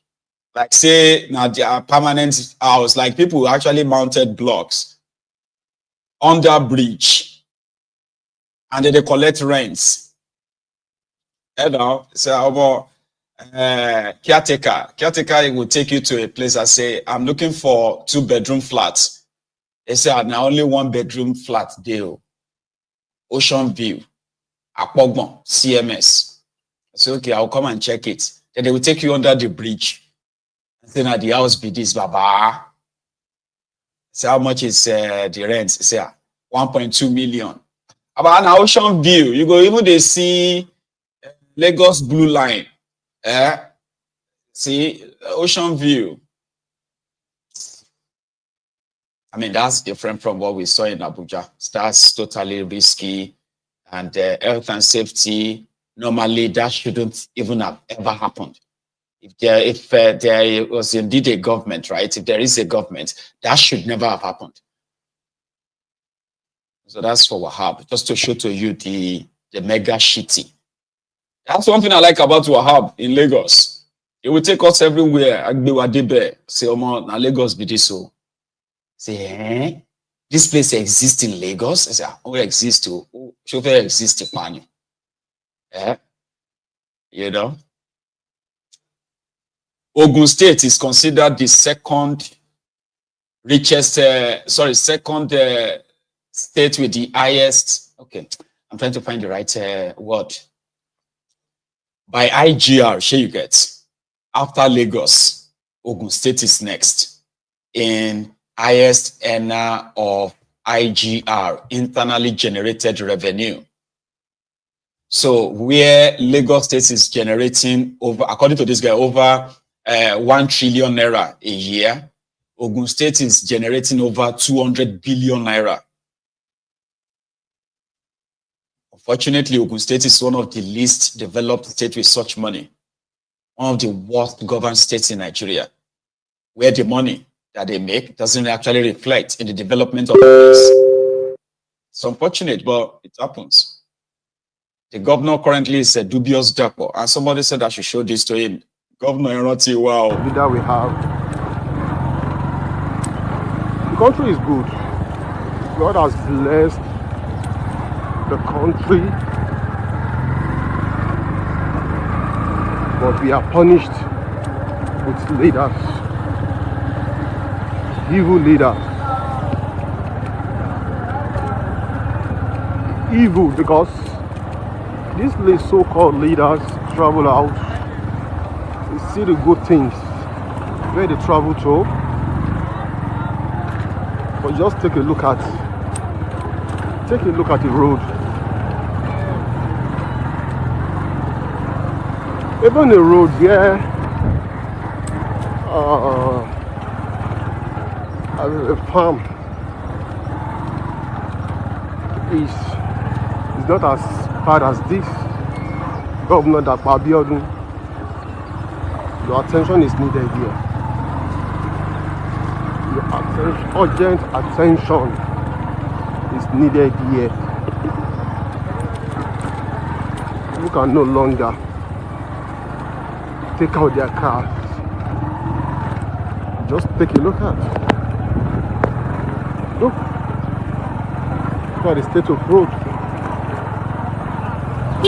All these so-called leaders have a good road. They enjoy almost everything free. Let's take a look at the road.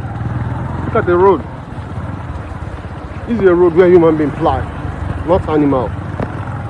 Let's take a look at.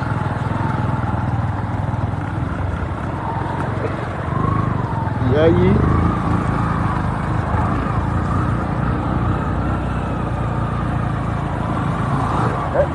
all attention is needed. Let's take a look at.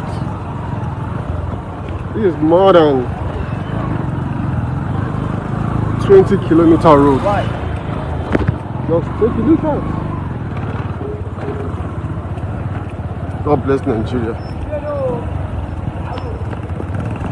that we have. Corona with God bless Nigeria. How God will take which kind? Come, let's say God curse Nigeria. God, please curse. Why can't you just pray and say, God, please break up Nigeria? Who knows? Maybe God will even listen to that one and say, hey, finally, God. You don't hear that? So if you say, God will just be like, finally, God. You should have asked me to break up this contraption and save all of you since. Yeah, begin the plan to break up this contraption for your own good. Or else, this is just the beginning. Somebody said that Alimajirinsin is now part and parcel of them in Lagos, where people now queue. They go beat them. Wipe them back. Go back. Oh yeah, Eto. Line up very well. That's most. Or because they won't give them a 2 cups of rice. They want to give them a loaf of bread. In 2024, you go perish.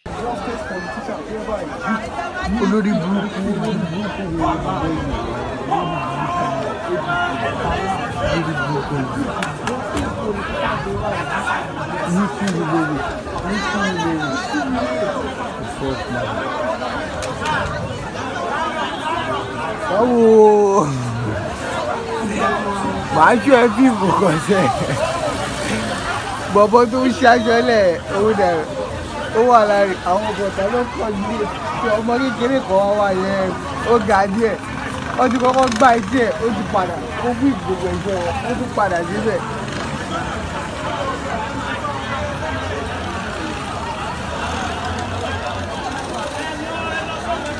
ní ọjà àìdójú ẹ̀ àwọn òbí yẹn lè yìnbọn lọ́sàn-án ó ní ìbọn tó gbé dání kí ọkọ̀ má lọ bínú bí ẹ̀ fún mi lóúnjẹ ó yá bàbá yín dùn bọ̀ yìí.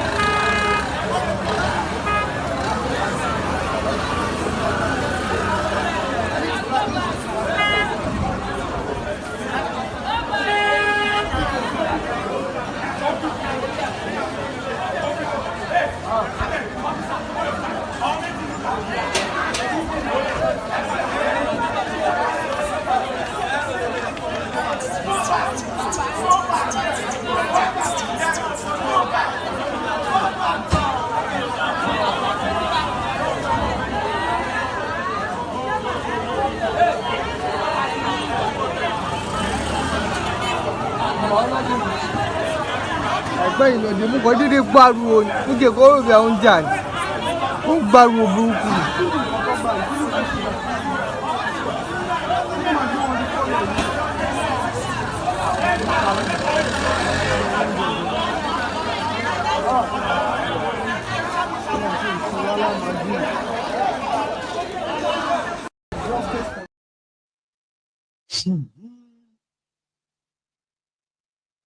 No be Gaza. In case if some of you think say na Gaza, no be Gaza. Na Lagos, where people will just be like, they are walking on the street, somebody will just park truck. Say, wag bunje, and police go there with guns in case if you misbehave. Imagine say you want to go and collect 1 Congo of rice. So they would say people can't they misbehave. The next thing, just like, pa! And you collected 2 bullets for stomach because you the queue to collect rice. Go up by down into the rice. Be waiting the guy will carry gun. Waiting won't take gun do for there. Why is he carrying gun where they are sharing food? So in case if people misbehave, so they go just walk up by down into the rice. And it's just 18 months. By the time you get to 2026, I don't want to imagine it. 2026, only God knows how it's actually going to be. Because I don't think some of you actually expect that Tinubu is going to turn is going to turn the table, right? That things will become like easier. In the next 1 year or 2 years or how many years? Oh, this is just the beginning. We are being honest and truthful to ourselves. So the last part is the complaint of this young man about peace mass transit, a bit peace mass bus or something. Listen to this. He said that Nigeria is just so stressful, man. Everything about that place is just so stressful. You decided to travel by a recognized bus transit or company, right? Then they said that if the bus breaks down along the way, they started asking the passengers to contribute money to fix it. I was like, what? Is that even possible?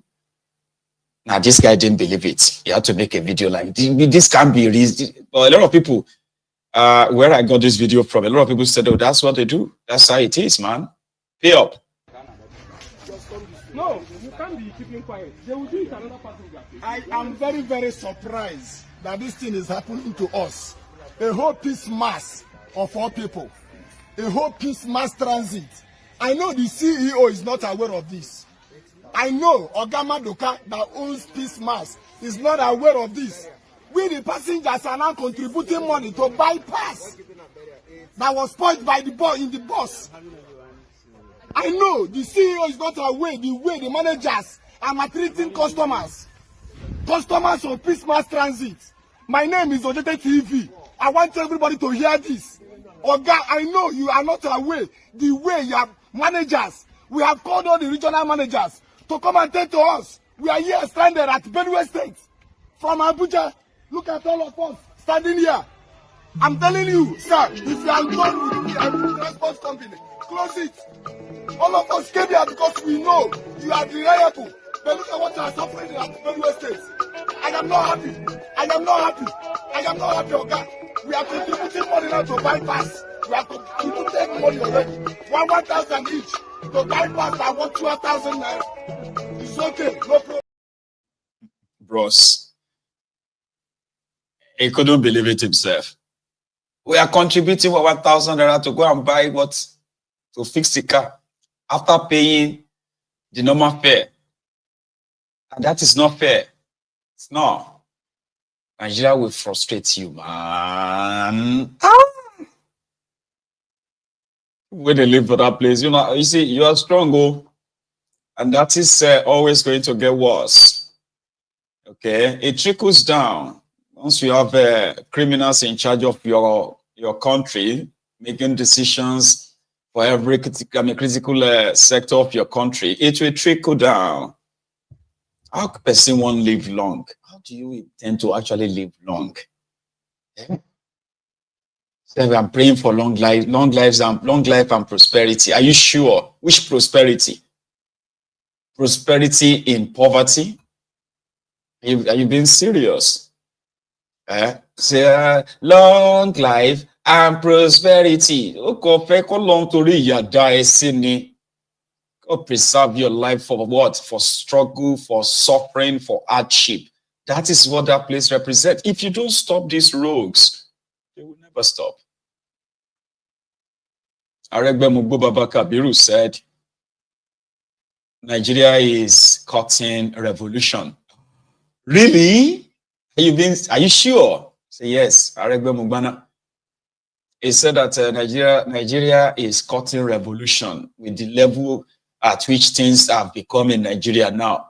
You'll be immediate past minister under Bukwari. You're supposed to jail. A man that single-handedly bankrupted a whole state. The first and the last state in Nigeria to be bankrupted by a governor, APC. He got rewarded with the position of a minister of Interior. Aregbe Mugbana Baba Kabiru is talking about revolution now. Rotifmi, Amechi, Ubima, Judas Iscariot is also talking about a revolution. Everybody is now talking. Why is it that when you no longer have that power, or you are no longer in the corridor of power, or you are no longer sitting on the table where your feeding bottle is being refilled every now and then, that's when you now see clearly and believe that revolution is due. No wahala. We'll leave it to that, okay? So, brethren, thank you so much for being part of this chat this evening again. I have delivered my own part, and I know maybe some of us who have one or two things to add to this conversation tonight. You too, you can be part of it. However, last night I opened up a Telegram channel, which is for MaiyegunsDiary Politico. If you have a Telegram on your phone, you can also subscribe onto my Telegram channel. So I've started trying to cut my videos into like 2 minutes, 3 minutes, 1 minute as well. So I'll be dropping them in the channel where a lot of you can actually really download them and possibly share them wide instead of this 3 hours, 2 hours, 25 minutes and all those longer version, okay? Here is the link. You can go on and join. It's so straightforward and it is not being spammed like it. So also a shout out to our sponsor, and that is Ya Rasulullah's digital company, the platform that is giving our people a chance. It's called, a financial solution, a financial freedom, so to say. If you are looking for an alternative source of income, something that you are willing to get trained for, this may be what you need. All right. So everybody who has checked it out or still checking it out, kudos to you. Okay. So you need the $149 to subscribe. What you have to do is you see this QR code. I always call it a barcode. But it's actually QR code. Okay. So if you take out your phone and turn the camera on and you point the camera on your screen at your screen right away, you will have a link. There is going to be a website that will pop up. Open it, read more, check it out, sign up. And then, like I've always said, right, this is not a get-rich-quick sort of platform, okay? Nobody is going to take your money and double your money or triple your money. No, this is a platform to train you on digital marketing and other, investment opportunities that you may. And if you really have the financial stability, it is for you. Or you are looking for more, okay? So if you are struggling and all that, this may not be for you. It's not for everyone. Remember that, okay? So if you subscribe and you get to get this training, and somehow you feel like it's not for you, you can always cancel it and get your money back. That is, the caveat about it. Check it out. And then maybe I may have just introduced you to what you have always been looking for. Financial freedom. Go for it. So thank you so much, everyone. I am going to be back in a minute or two, and then we'll take calls. So the line is going to be opened. Okay. So, and if you have to go, remember, like the broadcast, share it before you leave. I will be back in a minute or maybe two.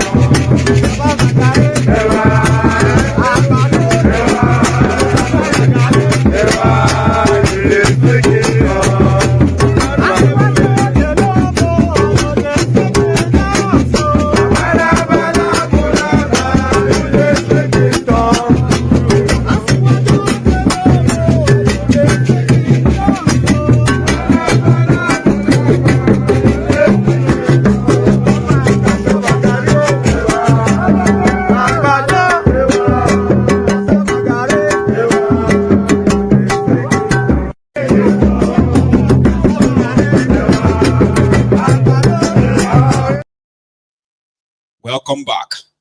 And thank you so much, to every one of you still around. I have the first caller this evening, and that should be Jefferson. So you. Hello, how are you doing today? Hello there. How are you? Oh, I'm doing great. I'm doing great. Fantastic. Yeah, so many of your highlights from last week, from Trump to the break in transmission, 26 minutes. I saw that. I was feeling, have they attacked your cyberspace? Because it was like you just went off air, and then you told us you're going to come back in next, and the next you were not around. Why. Yeah, it was just like what do you call it? A disruption, so to say, right? But it was from the broadcasting software, so to say. So it's nothing that big. That yet. You're welcome back. Anyway. You're welcome back. Thanks. All right. So basically, I want to talk about they will say Weiboman will talk, say Olympus has fallen. So I'll look at it this way, the highlights of everything from the depths and of course political craziness in Nigeria, and then the critical one which has to do with the Islamization that they are trying to implement.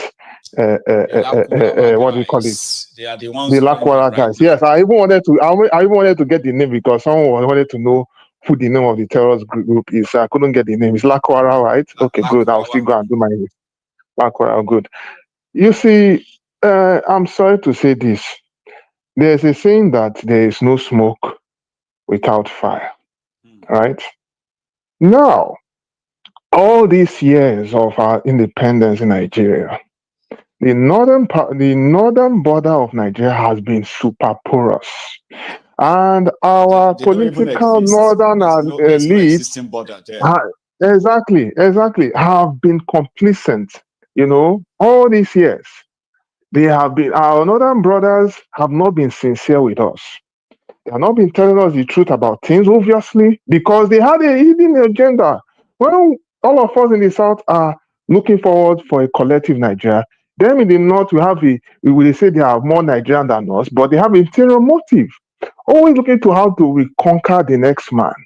You see, and it's a very, very shameful thing. Maiyegun, you have to give me time to talk today. And it's very, very shameful. And what do I mean? Of course, all these years, the presidency have been going to the north.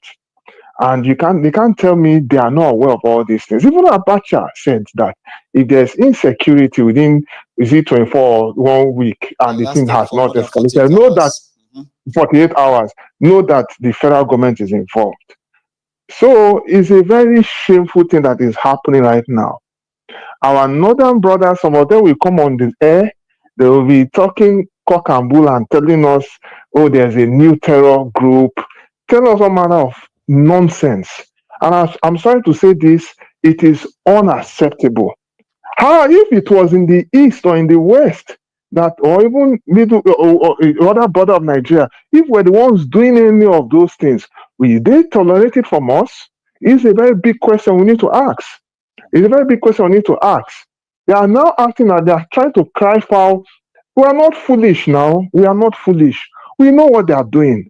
We know what they are doing. And unfortunately, with the way things are going now, there is no way they are going to convince us that they don't have an ulterior motive to bring religious fanaticism to all parts of Nigeria. And by the special grace of God keeping us alive and our generation, but we are not going to. Our people are not going to take it. One way or the other, there will be an uprising that will challenge all the status quo. It's unacceptable. It is totally unacceptable. And it's not nice what they are doing to us. It's not nice at all. They cannot tell us they are not aware. Now they will be lying to us. We are not foolish now. How can they be? Are we 3 year olds? Yes. And they have been harboring them. Yes, and they have been harboring them. They came out to say they are not. They are not. They say they are armless. They are They are not dangerous. But now the same way they wanted to accuse Ejika at the time when he was trying to decimate Boko Haram. I say a harm or if you harm them, you are harming the North. Yes. They use it as a political tool, and they think Nigerians are forgotten. But one thing they know, the likes of Nigerians like me, we never forget. Even if it takes 50 years, just like an elephant will not forget if you harm it, me, I will not forget. And likes of like-minded Nigerians, we're not going to forget. I'm going to drag your attention to the international scene. If you watch the presidential election that happened, you know there was a Polish lawmaker in Europe that went to US after Trump won the election, and he made mention of border and what they have been facing when the army was attacked in the border of Poland, and the steps they took in strengthening their border. Now in Europe, the European Union, they feel that he's crazy. But guess what? To some extent, that guy is not crazy because he is seeing the rise of fanaticism rising up. Some people will not go to agree with me, but it's like if they feel they want to be fanatic, or they think that they want to have monopoly of violence, everybody has it, including everybody, both me, both you down the show. Everybody has monopoly of violence, and then they not think that the other one that is crazy because the way things are going, they're actually bringing problem to themselves, and you go to resist it to the last. Just like they tried to do it in Imo State. They tried to do it in Imo State with what they call it, those what they call it. Is it those homeless people? When they tried it, it was a warning. It is a warning. A very yes, it was a very big warning. Or you see all these political appointments, they bring Ojuku's wife, and they made an Igbo man. All those ones is not going to work because we in the East, we are not foolish people. If you like, try to be political. We that when the people speak, they speak. Just like the incident that happened in this last election. It's the same scenario as going to play. If you like, let them go and be in the top position and feel they can do whatever they want to do. The reality on ground is that the people will not take nonsense, and people are going to resist it. And by the grace of God, if they continue with this, they will get more resistance, and it will be stopped. Their plan is going to stop, and even them that is supporting this thing, one day is going to be a problem for them, because if they think it's so interesting, they should equally go and ask their Middle Eastern brother that they follow so well and want to be all holier than thou. Most of them who are called Muslims, they don't even like the extremism of Islam that even they practice. Majority of them are seeking solace in Europe, America, and Canada to have a safe haven because they know their rights and everything will be respected. They know the truth within their hearts, but because of the stupidity of being so right with their religion, they don't want to. They want to play it down. But they know that whatever they are enjoying in all these other countries, they cannot enjoy it in their home. Hence, they are looking for a safe haven. And if they don't want to respect other people's safe haven, we are going to play back to them. And by this of all these other countries, yes. Thank you. Yes. I rest my case. Because of our time, all right? All right. Thank you. You've pushed the point. Thank you. Yeah, everybody heard you loud and clear, Baba. You stay safe, man. Here is another caller, and I think this is Prince Adebayo from Sweden. My king. How my are king. You? The Prince. I'm fine, Prince my king. Adebayo My from king. Sweden. My king. You keep doing it. You keep doing it. I give you a hand. I give you a hand. Thank you so much, man. Sir. Yes, my king. Through research, I've been doing a lot of self, how will I put it? Some research and looking at our country. One thing I observed is, like so many people said before, and you said it here one time, Nigeria has an Igbo problem. Yes. Yes. That problem, if you look at what is happening in the country today, that's the what is happening in the country today transcends from that problem. But because Nigerians have been, Nigeria was set up like a business. So when a business, in a business, as the customer's behavior change, the businessman will change his strategies. That's what is happening in Nigeria. Now, that businessman or those behind it are the people we should be trying to unravel. And that's why I connected this with the Igbo problem. You see, in Nigeria as a setup, it's only the Igbo that have faced that business and tried to destroy it. That is why, yes, that is why consistently challenge the status quo. They have, yes, they have, yes, they have faced that devil. When the devil see that you are powerful and you will never bend, he will tell many people lies about you, so that they will be attacking you. You will always be a problem to that devil. Whether you are involved or not, they will put it on your head. Have you ever observed? Let's use another scenario. In a room where there are several races, and you are one person who does not like racism, do you know that they will always try to remove you from that room because you are a problem? And that is where the problem is coming from. Because if they can remove the Igbo from the scenario, they cannot deal with every other person. That's why you can have Lakurawa, you can have this. Now, the person, the original enemy of the devil, which is the Igbo man, cannot speak or challenge you. Now, you will not trace back. Why did so many Igbos, why were so many Igbos involved in trying to remove the devil from the beginning that caused that Biafra war? The devil had his hand from the beginning in the setup. And the Igbo man knew that there cannot be justice in this setup that the devil has planted. And the Igbo man is the only one that has faced the devil face to face. Now, the same thing that happened before that Biafra war, my king, tell me, if you tell every Nigerian now, solve the problem, will they not tell you the same thing? If they give me a chance, I will wipe out all these people that are causing this problem. It's not exactly. Exactly. You see, if they give you a chance, now all the old military people now, all the old majors, they are scared. They don't want to do anything because they cannot face the devil. If you want to change that country, you will remove all these people that are causing this pain. Or you cannot because you don't want to face the devil.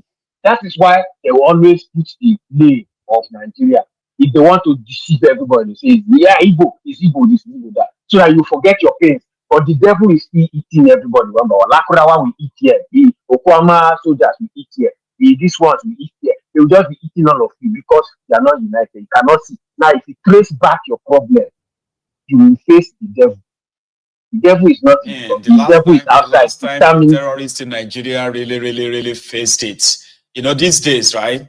It's either Boko Haram is fighting a swap. Even when they killed Alhaji Shekau, it wasn't killed by Nigeria. It was killed by the rival terrorists. And they will face themselves. They will kill like hundreds of themselves in the Sambisa. But the last time that the Nigerian army actually went for them, swept them, was during the time of Ejirika. They said the army is not others, they were trying to wipe out the population of northern Nigeria. You remember? My king, nothing is as you see. Since the more you look, now, the less you see. Talk with the ear. Talk. Buratai Inko, all the money that they gave you for weapon, where is it? Where is Buratai now? Who is protecting him? Why would they just remove him from there and make him ambassador to protect him? why is this government stealing land? It's not because there's nothing to steal again. The oil has been mortgaged. Buhari stole us dry. Buhari stole 12 generations together. So the devil is, why can they not touch it? Because they are criminals. But who is masterminding this? Is the devil himself. The devil is not within. The devil is outside. We have foreign overlords pushing their knees on our neck, using all these people to rule us. Now, if you try to remove them, they will say you are out, non-state actor. They will use international means to defeat you, and then they will come back. You understand where the devil is now? The devil is not in Nigeria. The devil is outside, using all these movies and co, because they are criminals. So when they steal, they will put their money in the devil's bank.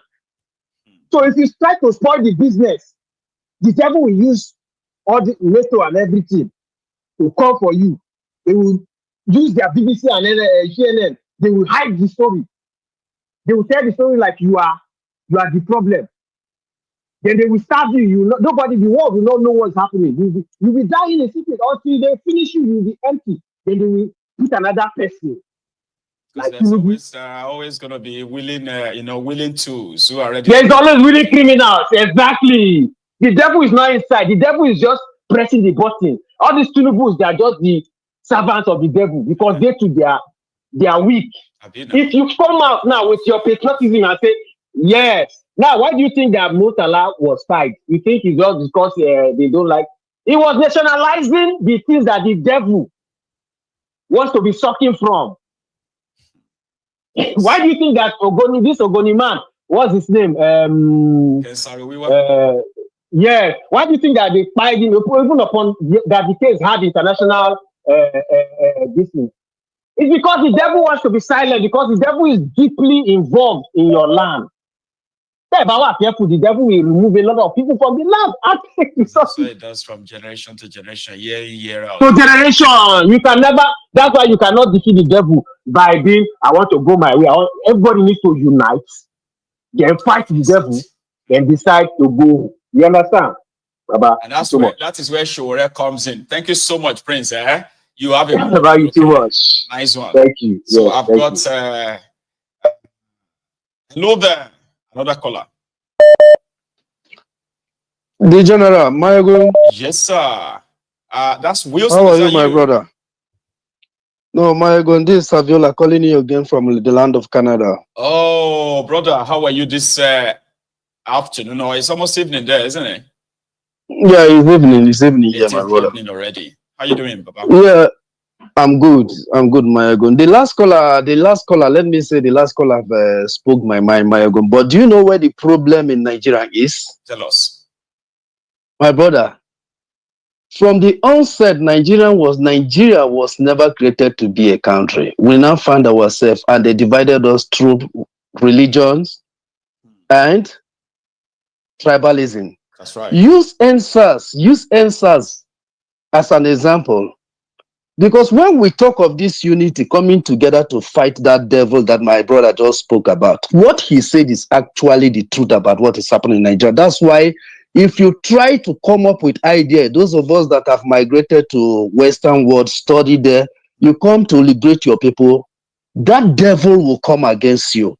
You understand? But the problem is, how do we come together to resolve this problem? Because the truth is that we are slaves. Like it or not, there is nothing to paint about it. You know, black people like deceiving themselves. We are slaves, and that's why we are suffering in Western world. How do we liberate ourselves? We all know that the people that we are in a union together with, they have interior motive. And their interior motive is how to Islamize Nigeria. Like it or not, that's the truth. That's why they hate an Igbo man, not that an Igbo man have any problem with them. Because it is only an Igbo man that have that confrontation habit. That we will confront you, we don't care. When they talk about revolution, coming together, Maiyegun, if we are to come together to fight those people, that devil, we must be willing to take away their willing tools from our midst. Let me ask you, just tell yourself the truth. How many youths are ready to do that? It's only an Igbo man that can confront their elders. Our political and that's leaders. actually why many don't like the Igbos for that. That's why. That's like, why they don't. You know, you have this confrontational personality, while because others he hates evil. will pretend to listen and say, "What is in it for me?" An Igbo man doesn't have to ask what's in it for him before he confronts what is called, injustice, so to say. Injustice. And Igbo man yes, will be like, injustice. you know what, that's wrong. We are going to share you get. But others are still going to question like, what is in it for me? It's a shame, though. Do you know why? Do you know why? Why? Many other tribes, they were brought up in that way. You know, we have different systems. Yes, they were socially conditioned in that way. The way you from the West see things is not the way we see things to handle it. We know our political leaders. I'm telling you the truth. All those of Koolu, they know Abaribe, they know that we can sacrifice them to change our life for good. I'm telling you the truth. They know that. But can those youths in the West do it? The Northerners cannot do it. You know why? Because it is a deliberate dehumanization. That is what I call it. That's what they did to the Hausa race in the North. Fulani people did it so that they will never rise. The question is, you and who is going to unite to do this thing, as my brother said. That is what I'm trying. That's the problem. We in the all East, being honest, we you get. Yes, it doesn't mean that yes. there are no. I mean, not what you get. There are no cowards in the eastern part of Nigeria too. A lot of them who actually want to keep it this way. But if we are looking at the ratio of those who are willing to confront and go up, you know what I mean? Yes. You will give it to the Igbos, no doubt. That is what I'm telling you, and that is what the problem lies. Man, if we find ourselves in that condition, my brother, how do we bring ourselves? Because to me, and as an Igbo man, I cannot remain a slave because others cannot do what I'm willing to do. You get what I'm saying? That's where the problem lies. Not that we don't know our problem. We know every problem, everything. And if you are pure at heart, you will know that Nigeria cannot survive. There is nothing to paint. It is not a crime to say it. Nigeria cannot survive because the disunity is there.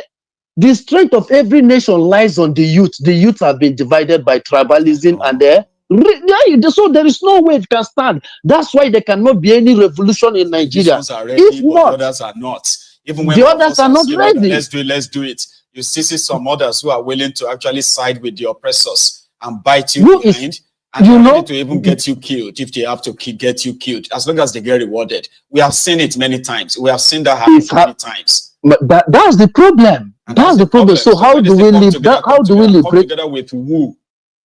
My brother, I've asked myself that question. How do we liberate ourselves? Maiyegun, men are suffering. More than how many years? A lot of people are frustrated in overseas. I'm telling you the truth. These are men that are supposed to work hard, contribute to the coffin of the nation if we were to be a country that was truly built to develop. How long are we going to deceive ourselves? How long? We are not getting younger. If this generation miss this thing, I'm telling you, bro, we are gone. If this generation miss liberating ourselves, we are gone. The truth about it is that the solution is, my brother, you pull yourself out of this issue. It's difficult, but we can do it. Nobody will do it for us. The people holding you are not ready to allow you to go. No. If you go, who will come and be doing cleaning and PSW in their country? We have our parents back home. We were supposed to be taking care of our parents. But because they made the land to be poor, they put division and everything so that we be poor. We now migrate here. We are doing the job to collect money. Let me ask you, do you think if somebody that is living in Canada that earns within minimum wage, if he is in Nigeria receiving $10, do you think the person will be in Canada? No, it would rather be in Nigeria, man. My brother, but is it not human beings that made it possible in Canada? Bro, it's so... It's just that, what I figured out as well, right, is that the multitude have been so sort of like brainwashed, not just about tribe, including religion as well. So that makes it a little bit... So if you want to do anything, it's like you have to force it into people. And when you choose the violence part of it, in this day and time, it also gets more people distance from you as well. I know, I don't want to, I don't want this. So it's so complicated that we believe that the further enlightenment, education, and the rest of that probably will liberate more minds in some ways, right? That when we it's to go after them, you have enough, enough enlightened people that will see why it's a necessary action that must be taken. Apart from that, it is, man.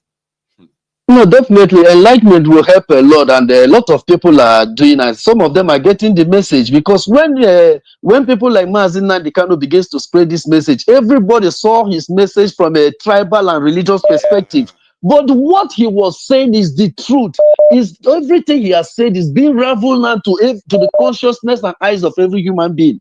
They are seeing it. So is there anything they are doubting about it? Even the blinds can hear the things they are saying is happening. There's nothing to doubt about it again. You understand? But when he began because he brought the message, they could not look at what he was saying. They were saying it that it's an Igbo man, it's an Igbo man, it's an Igbo man. Look at where we are. Thank you so much, Baba. Maiyegun, thank you so much, my brother. Thank you. I really appreciate. Cheers, man. Here is a Mochito. Hello there. Hello, Maiyegun. Hello, sir. How are you? Good evening. Fine. Good evening. And you? I'm very well. Oh. If I say I go soon turn to, maybe I will actually soon turn to a rebel myself. And when I want to, maybe I will just, maybe one of these days I'm going to actually get back, get back to Yoruba land and just start living in the forest. You get that? So that once we begin to chase some of these criminals, that they can't sleep in their houses anymore. Maybe things will begin to take shape, because it's frustrating, man. It's like, when is it going to actually happen, man? Emoji. Hello, Maiyegun. Thank you so much. Like I continue saying, you've done your best. From I never wanted to call him, but from what people are saying, Igbo, devil. Maiyegun, there's no devil. These people are the devil. You're looking at devil in front of you. Somebody that look at what Wike did. Demolish everything, kept people, women and children outside. Now, individuals are now buying mosquito net to give to their people. So our government, that doesn't have sympathy. They don't have no empathy. These people are just to take and eat alone. They are devil. People are calling devil somewhere. Based on what they said about Igbo. Igbo, they have the spirit to ask questions. That's why the whole world never liked them. They have the spirit to ask questions, even though that thing will favor them. Let me just illustrate something. When you come to an Igbo man shop to buy groundnut, now, you came, you buy, you go away. You come again, you buy, you go away. When you come the third one, he will not sell it to you. He will ask question, is groundnut scarce? He will tell you, wait, I don't have it, but he still have the groundnut there. He will go and ask if groundnut is scarce. You will get the information if groundnut is scarce, whether he's going to put money. So, but the global world knows this one. They don't know this part, that Igbo man can give them fair deal on Nigeria. That's why they are using this. But I bet you, this thing that is happening in Nigeria is over 300 million people. Forget about these 240 they are talking about. When anything happens to Nigeria, it will affect everybody, even the Western world. It will affect everybody. There's no place in the world. They always put eyes on Igbo, especially Nigerians more, not Igbo now. Nigerians more in getting documents. But you see Camerooners, Kenya, they don't put the kind of strength they're putting on us, Ghana and Gambia, anywhere in the world. They always watch at us because they believe that we are wise. And if you look at this side, this is where the resources, this is where their shop is, where the counter, their biscuit and granite is. So there's a global conspiracy on the West. But the problem is that our brothers and sisters that we put there to lead us, those people, they don't have empathy. No. Because there's no way you will tell me that these guys did not have a small window for you to feed your people. So they will continue taking what they are taking. But these ones, they are taking, these guys, the one they left for them, they are taking all. Look at the Southern of Sokoto. He never said anything about those children. He never said anything about these terrorists. That means they are behind them. They think that when they use those people to be buying time for themselves to live this life they are living till they die. Look at Sanusi. Sanusi will be Lamido. Sanusi will be going everywhere preaching vanity upon vanity. But when you go into his compound, you will see a lot of Rolls Royce parking there. Once you step out of his golden gate, you will see a lot of children begging.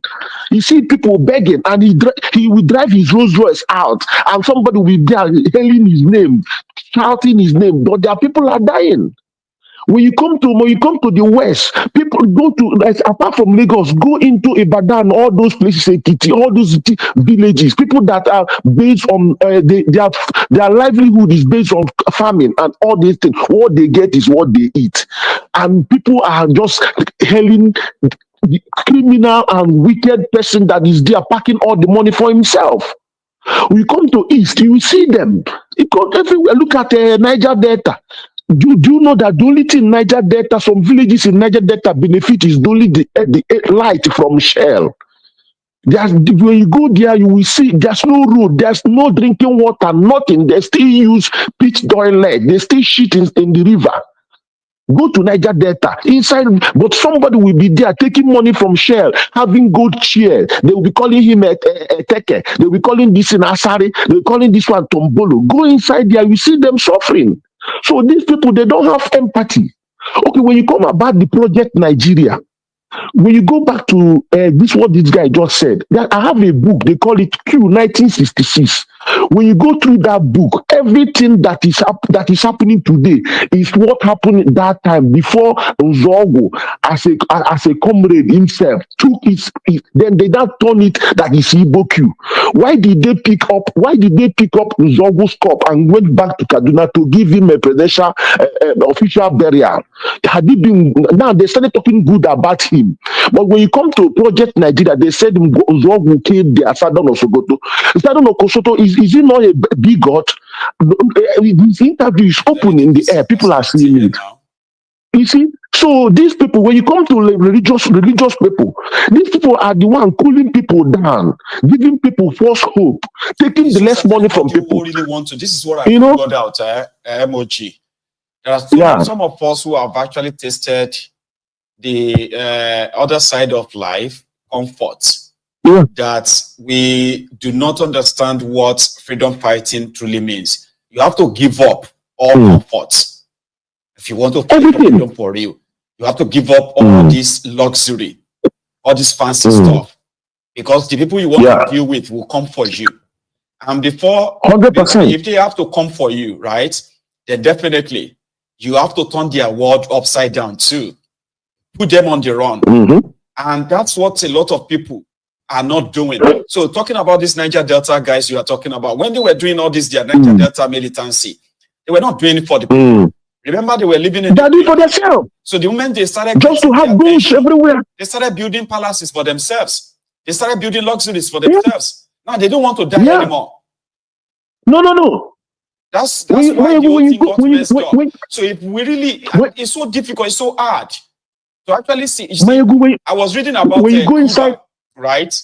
Cuba in the late 40s, before Fidel Castro in the war called the Bay of Pigs War, right?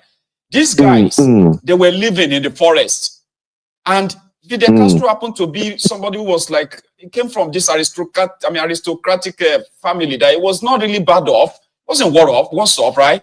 But they were living in the forest for years. The day they finally made up their mind that they were really, they were freeing their people. It was the war of a Bay of Pig, right? Baba, all the aristocrats, the wealthy guys, all these guys who are beholden to America, they ran away. The day they came, right? And since then, when they even got the power, Castro and co, they never lived a luxury life. They continued the life of austerity for their people. if not for Americans' punishment and all these sanctions against them, right, at the time. So we barely have that kind of people anymore. A lot of people that are complaining about all these things today, the moment they get the attention, they get the money, they will abandon the fight. Now they want to now live luxury. Look at all these guys. That's what is missing today. Sorry, let me come in now. Do you know his second? I've forgotten his name. His second, the guy, the white guy, the other guy he was fighting with. They asked him, he wanted to go to Africa and fight. He said, no, they are not ready. They are still fighting for their stomach. He did not come. So see, Museveni, Paul Kagame, all of them, they went through all these things. Once they get money, they got money. They turn back on themselves, start eating money. Mobutu Seseko, where is he today? He came back this November because of $25,000 and power. See today, where is he? So all these people, they don't have empathy and compassion, and they will still leave all this money and go away. Look at Tinubu. How old is he now? How can they look at what Jakonde did in 4 years? Why can't these people do it? Money everywhere. What are they going to do with this money? That's my own question, and they are still packing it. Thank you so much. We keep on talking till everybody will join this chorus. Yeah, I mean, see, one thing is that which I am very confident of is that Nigeria the Nigerian ruiners, they continue to radicalize a lot of people.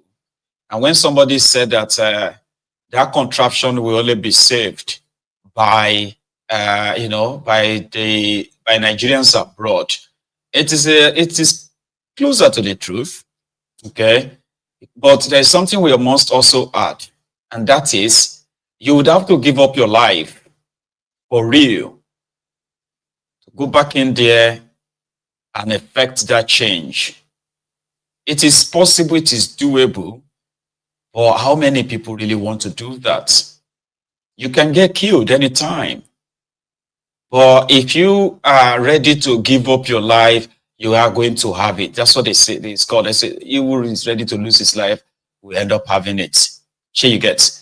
But for those who are, for majority, which I believe is a majority who complain about all these things, even on this platform and all that. Many of us are complaining, not because we really wanted to see something different. Many are complaining because they are not benefiting from this whole thing, which is primarily the reason for all this division to start with. Inequality, marginalization, and few people living off what is supposed to be the commonwealth of many. But if anybody wants to effect any change, you have to actually give up the entire luxury, the entire the entire selfish or greed in you.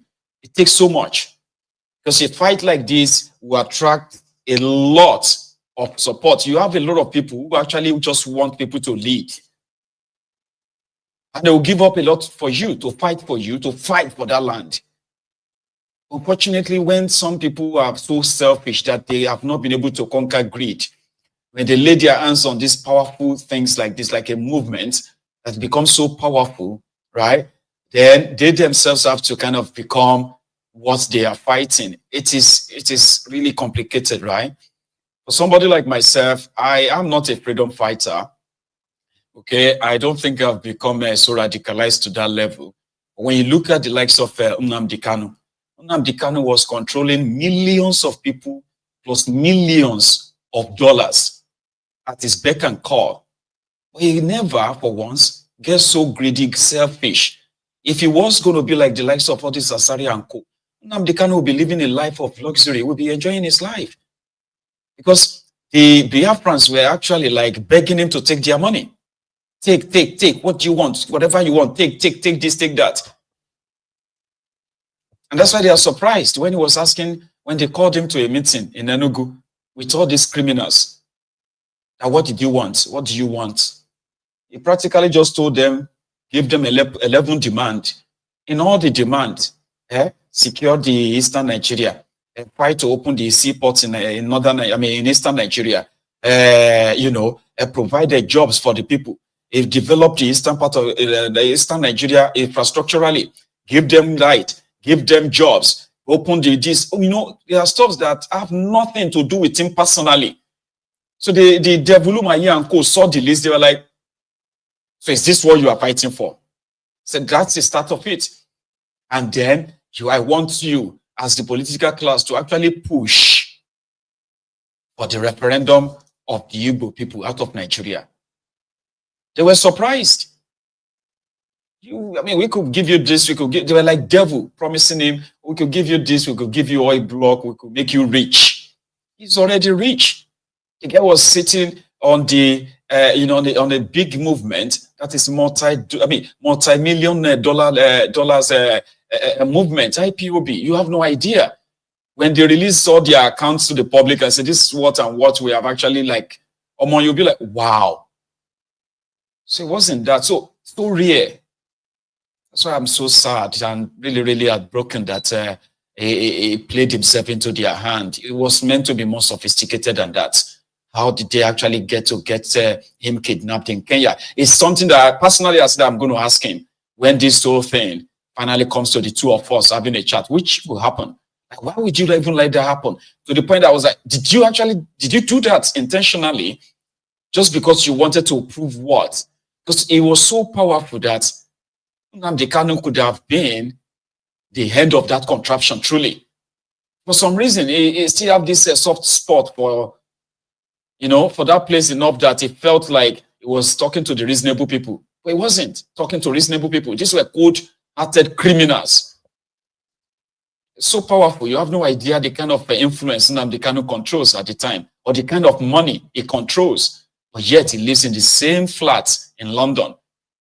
He never lived a life of a luxury. That's the kind of person. He declared himself a fighter, right?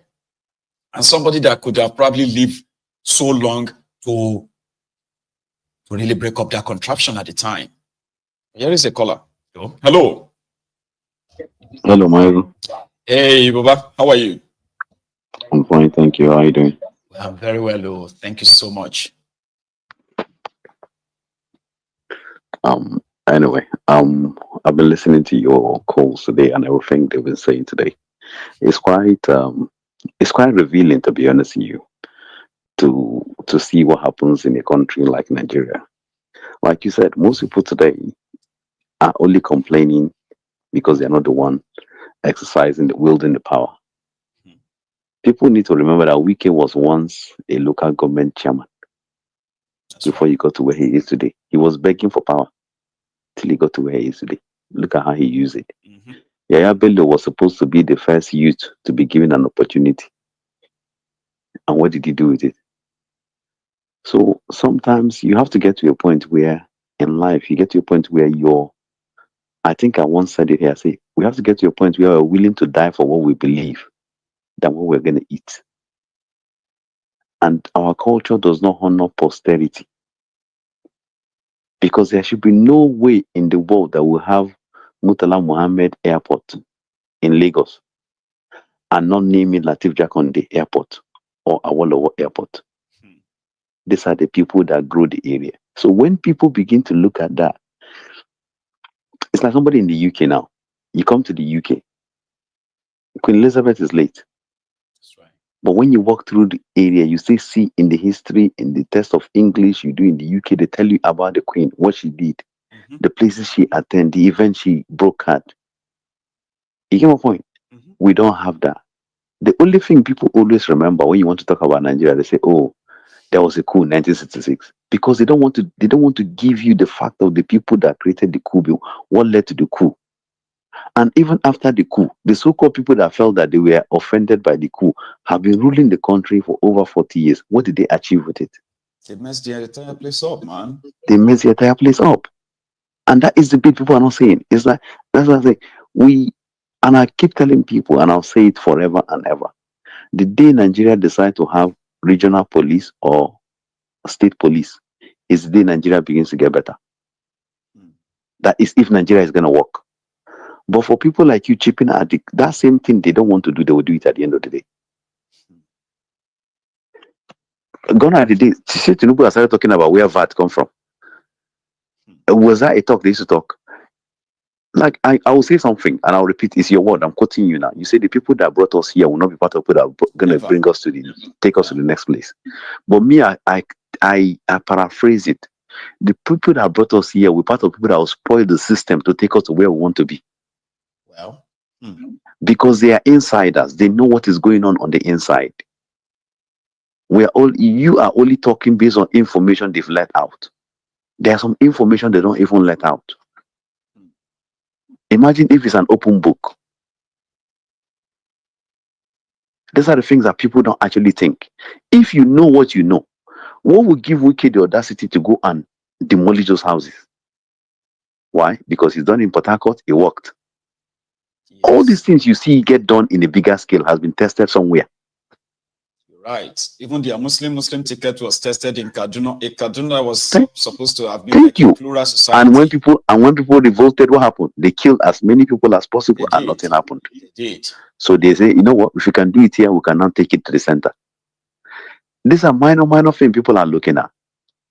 Like I called yesterday and I said, those people they brought, they told you they came from Niger.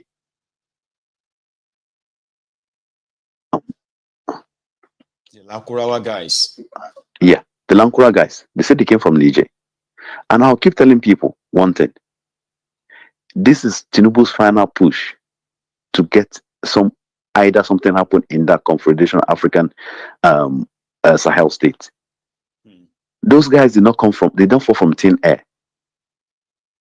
According to intelligence report, they've been operating for over 6 years. Yeah.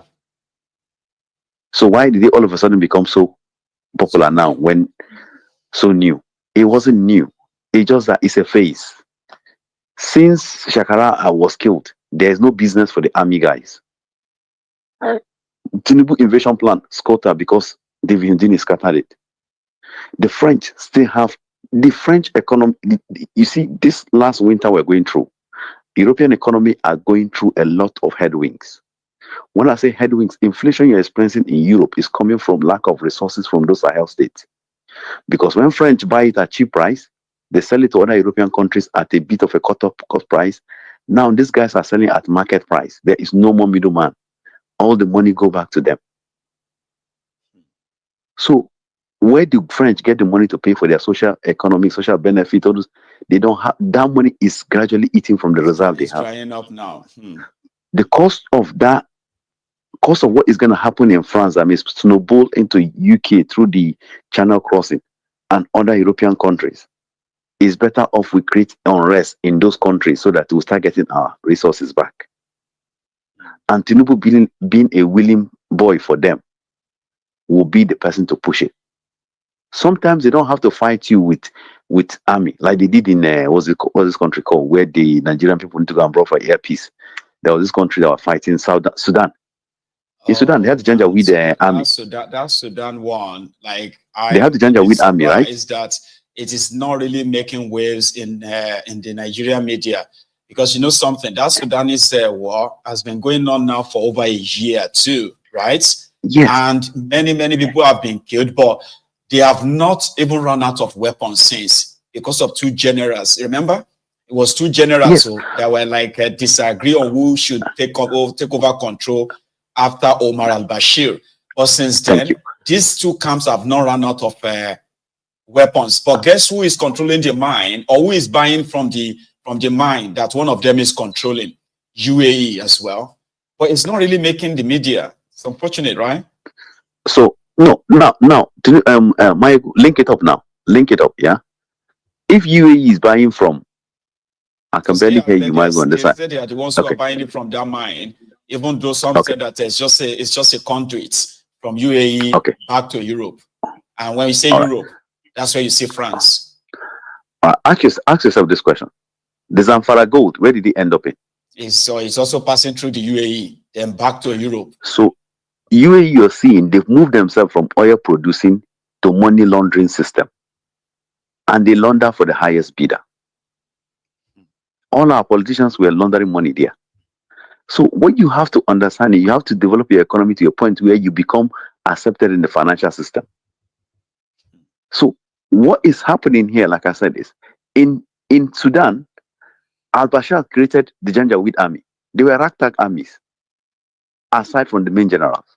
When he was about to be taken out, he thought the Janjaweed general were going to defend him. The Janjaweed guys already control all the mines and resources. They're like, you know what? There's money in this thing, which is what Asari them have done in the Niger Delta. It's repeated itself. Because those people fighting, when somebody comes and say he's fighting for a cause, ask yourself, is this person willing to lay his life for this cause? That's what I just said That as is well. what, Like that is anyone who is exactly saying what I want to go happened to and fight you. for my people, you must be I'm willing going to to bring you to actually that really picture now. die. Yeah.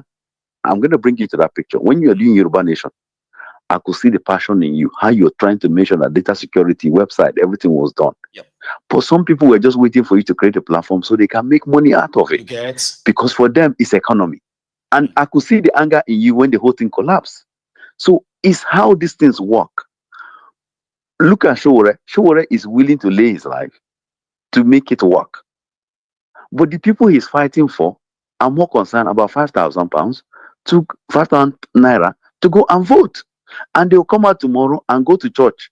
They went to church yesterday, Sunday, and they are marching on the devil. Meanwhile, they are the devil.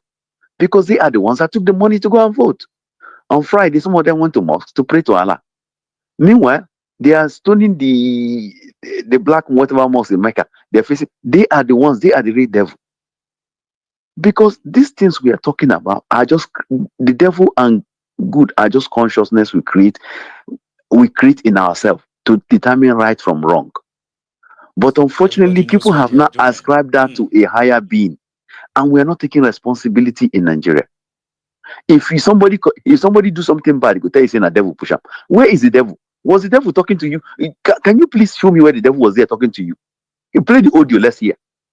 No, but we don't want to take responsibility. I did something wrong, sorry.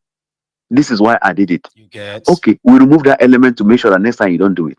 But no, and that is the Nigerian factor and most West African factor. Because you that is fighting for them, they will turn against you now. I can guarantee you now, yeah, if tomorrow Yoruba Nation comes, people will find reason to say you're not qualified to be in the, even if it's a council of elders. They'll say, he's too young. Why is somebody in that age big? The elders should be as. They'll start putting the barrier up. But they don't forget that it's by contribution. And that is the problem we have as a people. We are not willing to die for what we want. You see, the Europeans, they are willing to die for anything they believe in. Even if it takes them 100 years, they'll get there. How come we don't have real freedom fighters anymore? Like, if you go back to history, all these books I have here, they analyze about how people sacrifice so much, right, back then to actually get what they want. And when you look at their ages, right, they were in their 30s, in their 40s. But today, right, majority have become so selfish that they don't take responsibility, just like you said. Those guys here in these books, right, they were willing to die. So many of them died. Yes. But right? Maiyegun, wait, let me just explain to you now. Yeah. I'm just gonna use you as an example now. Yeah. Look at how long it took you to have a studio. Yes.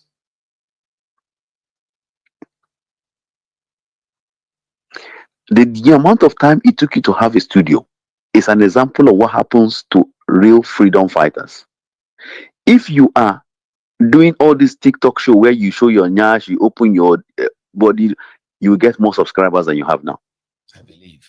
Because the value system has been degraded to the point where things that matter no longer matter.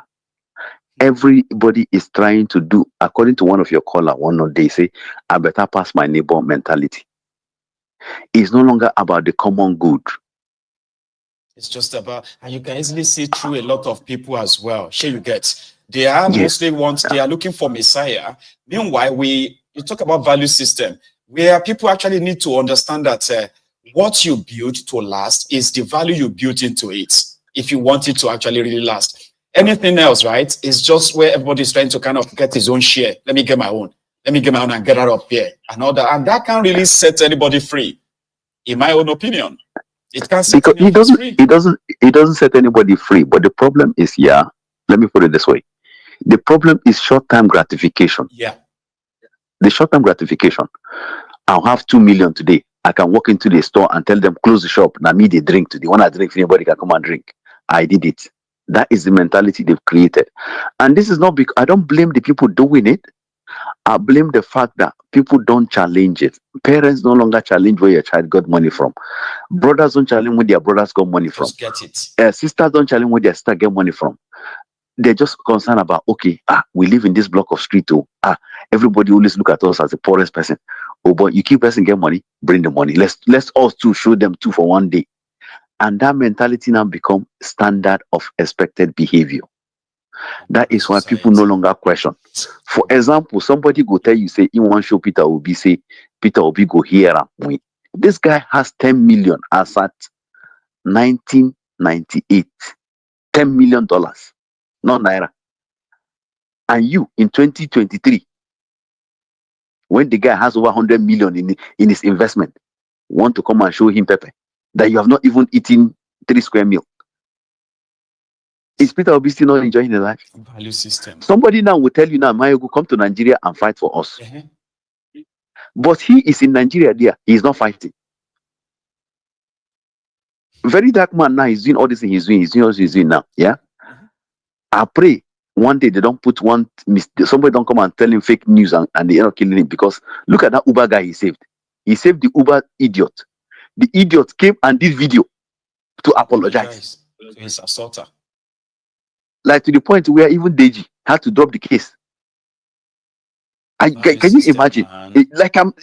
As you are in studio now, imagine you're bringing out my case. Say, oh, are they stranded for London? Are they try to go back? Or are they stranded for Scotland? Or are they stranded for Germany? And try to go back. When I can't reach Nigeria, I can't do video to apologize to the German government. Say, are they sorry for coming to their country to mess up their country? Say, na Nigerian, na evil people do. Like, how would you feel after broadcasting my case and people contributing? Just imagine that. That is what he did. That's what it is to so many people as well. Anyway, Baba, thank you so much. Okay, we can always go on and on as usual. Okay, our time is pretty much up. So thank you very much for always adding your views to this. Okay, you have a welcome. Cheers, sir. Thank you. So there's so much that can be achieved. I am not yet a freedom fighter. I am a teacher, but there is possibility that I am going to get to a stage in my life where I could actually become very radicalized. I am not ruling it out. I am not somebody who loves a luxury. Let me be honest. I love comfort as little as I can get it, but I am not somebody who loves a luxury in that way. I don't want to be a very rich person, even though I have the potential to be a rich person, so to say, or contentment in its way. But every now and then when I look at the society where I think my own children would have to grow up, it scares me, all right? And there are so many people like me who feels like those who are taking advantage of this society, right? They are not paying attention to the consequences of their actions.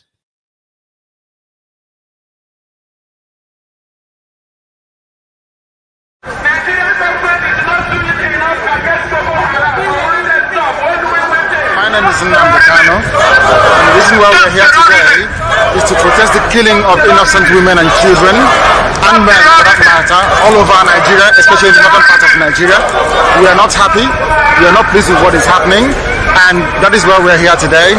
As you can see, there are a lot of Nigerians who are protesting about the killing of families, people who are determined to tear the country apart violently, and it is not something that we support. It is not something that we would like to see continue, and we are here today to send a clear message to the Nigerian government, to the High Commissioner, that what is happening in the country is unacceptable and we cannot accept it. If that continues, it will lead to the violent disintegration of the country. There will be no more Nigeria for anyone to go to. There will be no Nigeria for anyone to refer to. In fact, what is happening in Somalia today will be like a tea party. So we cannot allow this nonsense to continue. Something has to be done, and the consequences of the actions of terrorism in Nigeria must be driven home to the people, so that even the terrorists themselves will be able to understand that there is no mileage in where they're going. The only thing they can accomplish is the breakup of Nigeria.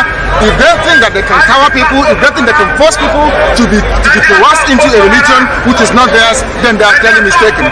We are asking for peace. We are asking for people to get together. We are asking for everybody who loves Nigeria, who is associated with that country, to please prevail upon terrorism in Nigeria so we can bring it to an end.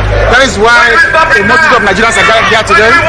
Those of us in the UK are determined to work with the government for peace. We are determined to work with the International Community for peace. The one thing we cannot stomach. It's a repeat of 1966. What is happening today in Nigeria was the reason why Nigeria fought a bitter civil war for 3 years between 67 and 1970. If this continues, there will be another civil war in Nigeria. And this time around, no place will be safe in Nigeria. This time around, nobody will be safe in Nigeria. So it is imperative that everybody who has the interest of the country at heart acts now and immediately to stop this nonsense from... You get that? The world is no longer where it was. And then everyday action of these politicians, right, is actually pushing a lot of people into the precipice. I just hope that we will have people who have control over their mind, right? People who are not selfish or self-centered, and people who are indeed, who actually really love their people from across that contraption as it is currently formed, right? That they would not eventually, they would in fact, right, come together and end this madness in a very brutal way. It is getting there. It's not going to be the military. It's not going to be some other, political acts. It's going to be people who are willing to actually let go of their life, and they will let go of all of other comfort that they have. And it's not going to be an easy thing for the establishment. I'll leave it at that. So like I said, I'm still a teacher now. Okay. I'm the one who is kind of trying my best to, continue to water the subconsciousness of a lot of young people, so as for them not to fall into the same pit that those before us, and some of us are already falling into as we speak. Because see, nobody is coming to save anybody. That is my own sort of, view of this whole thing. But we will get those who are indeed, right, who will value what freedom truly means and go after those who decided to force this mental slavery on us and force it on those, to force it on our own children and children's children. So we'll leave it as it is for now, and I'm going to see you again. Remember, like the broadcast, share it, and maybe if you follow my my Telegram, if you follow that, you are likely going to be able to download all the short clips from this broadcast today. Enjoy the rest of your evening, and don't forget, if you have to check out on our sponsor, the Yarasulula digital company, so to say, go check it out and come back here to tell me what you think. Enjoy the rest of the evening, and please stay safe. Good night.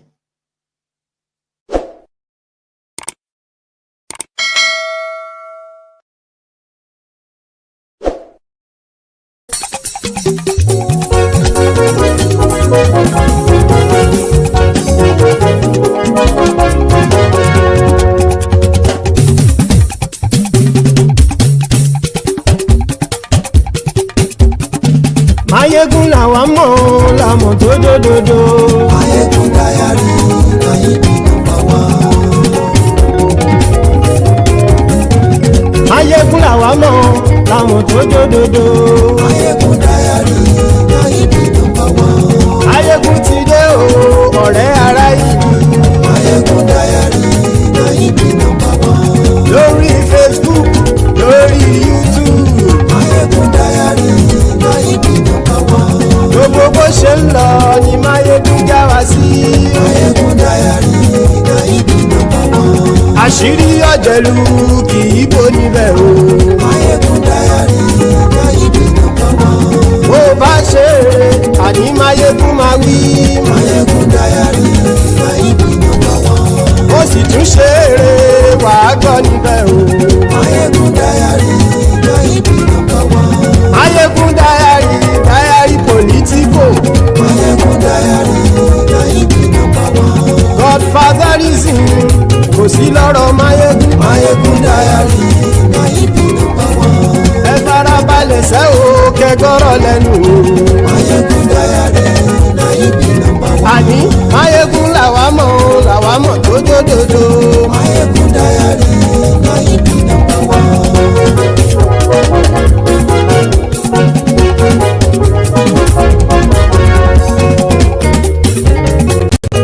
àní ẹ̀sùn ràkì. Maiyegun ti dé. Maiyegun ti dé. Ọ̀jẹ̀lú ẹ̀sùn ràkì. Maiyegun ti dé. Àní ẹ̀sùn ràkì. Maiyegun ti dé. Lórí Facebook. Maiyegun ti dé. Àní ẹ̀sùn ràkì. Maiyegun ti dé. Lórí YouTube. Maiyegun ti dé. Àní ẹ̀sùn ràkì. Maiyegun ti dé. Ọba bá gbé wúrẹ́. Maiyegun máa wí. Àní ẹ̀sùn ràkì. Maiyegun ti dé. Ijó ìgbádìyẹ. Maiyegun máa wí. Àní ẹ̀sùn ràkì. Maiyegun ti dé. Bí pẹ̀sìdó bá rúfin o. Maiyegun máa wí. Àní ẹ̀sùn ràkì. Maiyegun ti dé. Bí gómìnà kówó jẹ. Maiyegun máa wí. Àní ẹ̀sùn ràkì. Maiyegun ti dé. Ọlọ́pàá ti ń darí bá. Maiyegun máa wí. Àní ẹ̀sùn ràkì. Maiyegun ti dé. Aṣòfin tí ń rúfin o. Maiyegun máa wí. Àní ẹ̀sùn ràkì. Maiyegun ti dé. Òkúra olóṣèlú. Maiyegun máa wí. Àní ẹ̀sùn ràkì. Maiyegun ti dé. Ọ̀jẹ̀lú ẹ̀sùn ràkì. Maiyegun ti dé. Àní ẹ̀sùn ràkì. Maiyegun ti dé.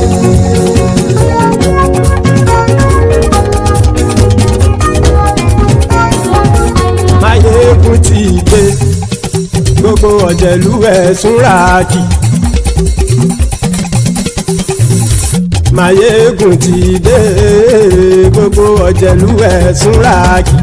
Ṣùgbọ́n ní bá ti ṣe èyí tó yẹ kí wọ́n ṣe, ọmọ bá dèrò ní fi wọ́n níran o. Maiyegun ti dé. Gbogbo ọ̀jẹ̀lú ẹ̀sùn ràkì. Maiyegun ti dé. Gbogbo ọ̀jẹ̀lú ẹ̀sùn ràkì. Ṣùgbọ́n ní bá ti ṣe èyí tó yẹ kí wọ́n ṣe, ọmọ bá dèrò ní fi wọ́n níran. Wọ́n fowó bẹ́ẹ̀ o, Maiyegun ó sọ pé wọ́n ò bẹ́ẹ̀. Wọ́n fowó bẹ́ẹ̀, Maiyegun ó sọ pé wọ́n ò bẹ́ẹ̀.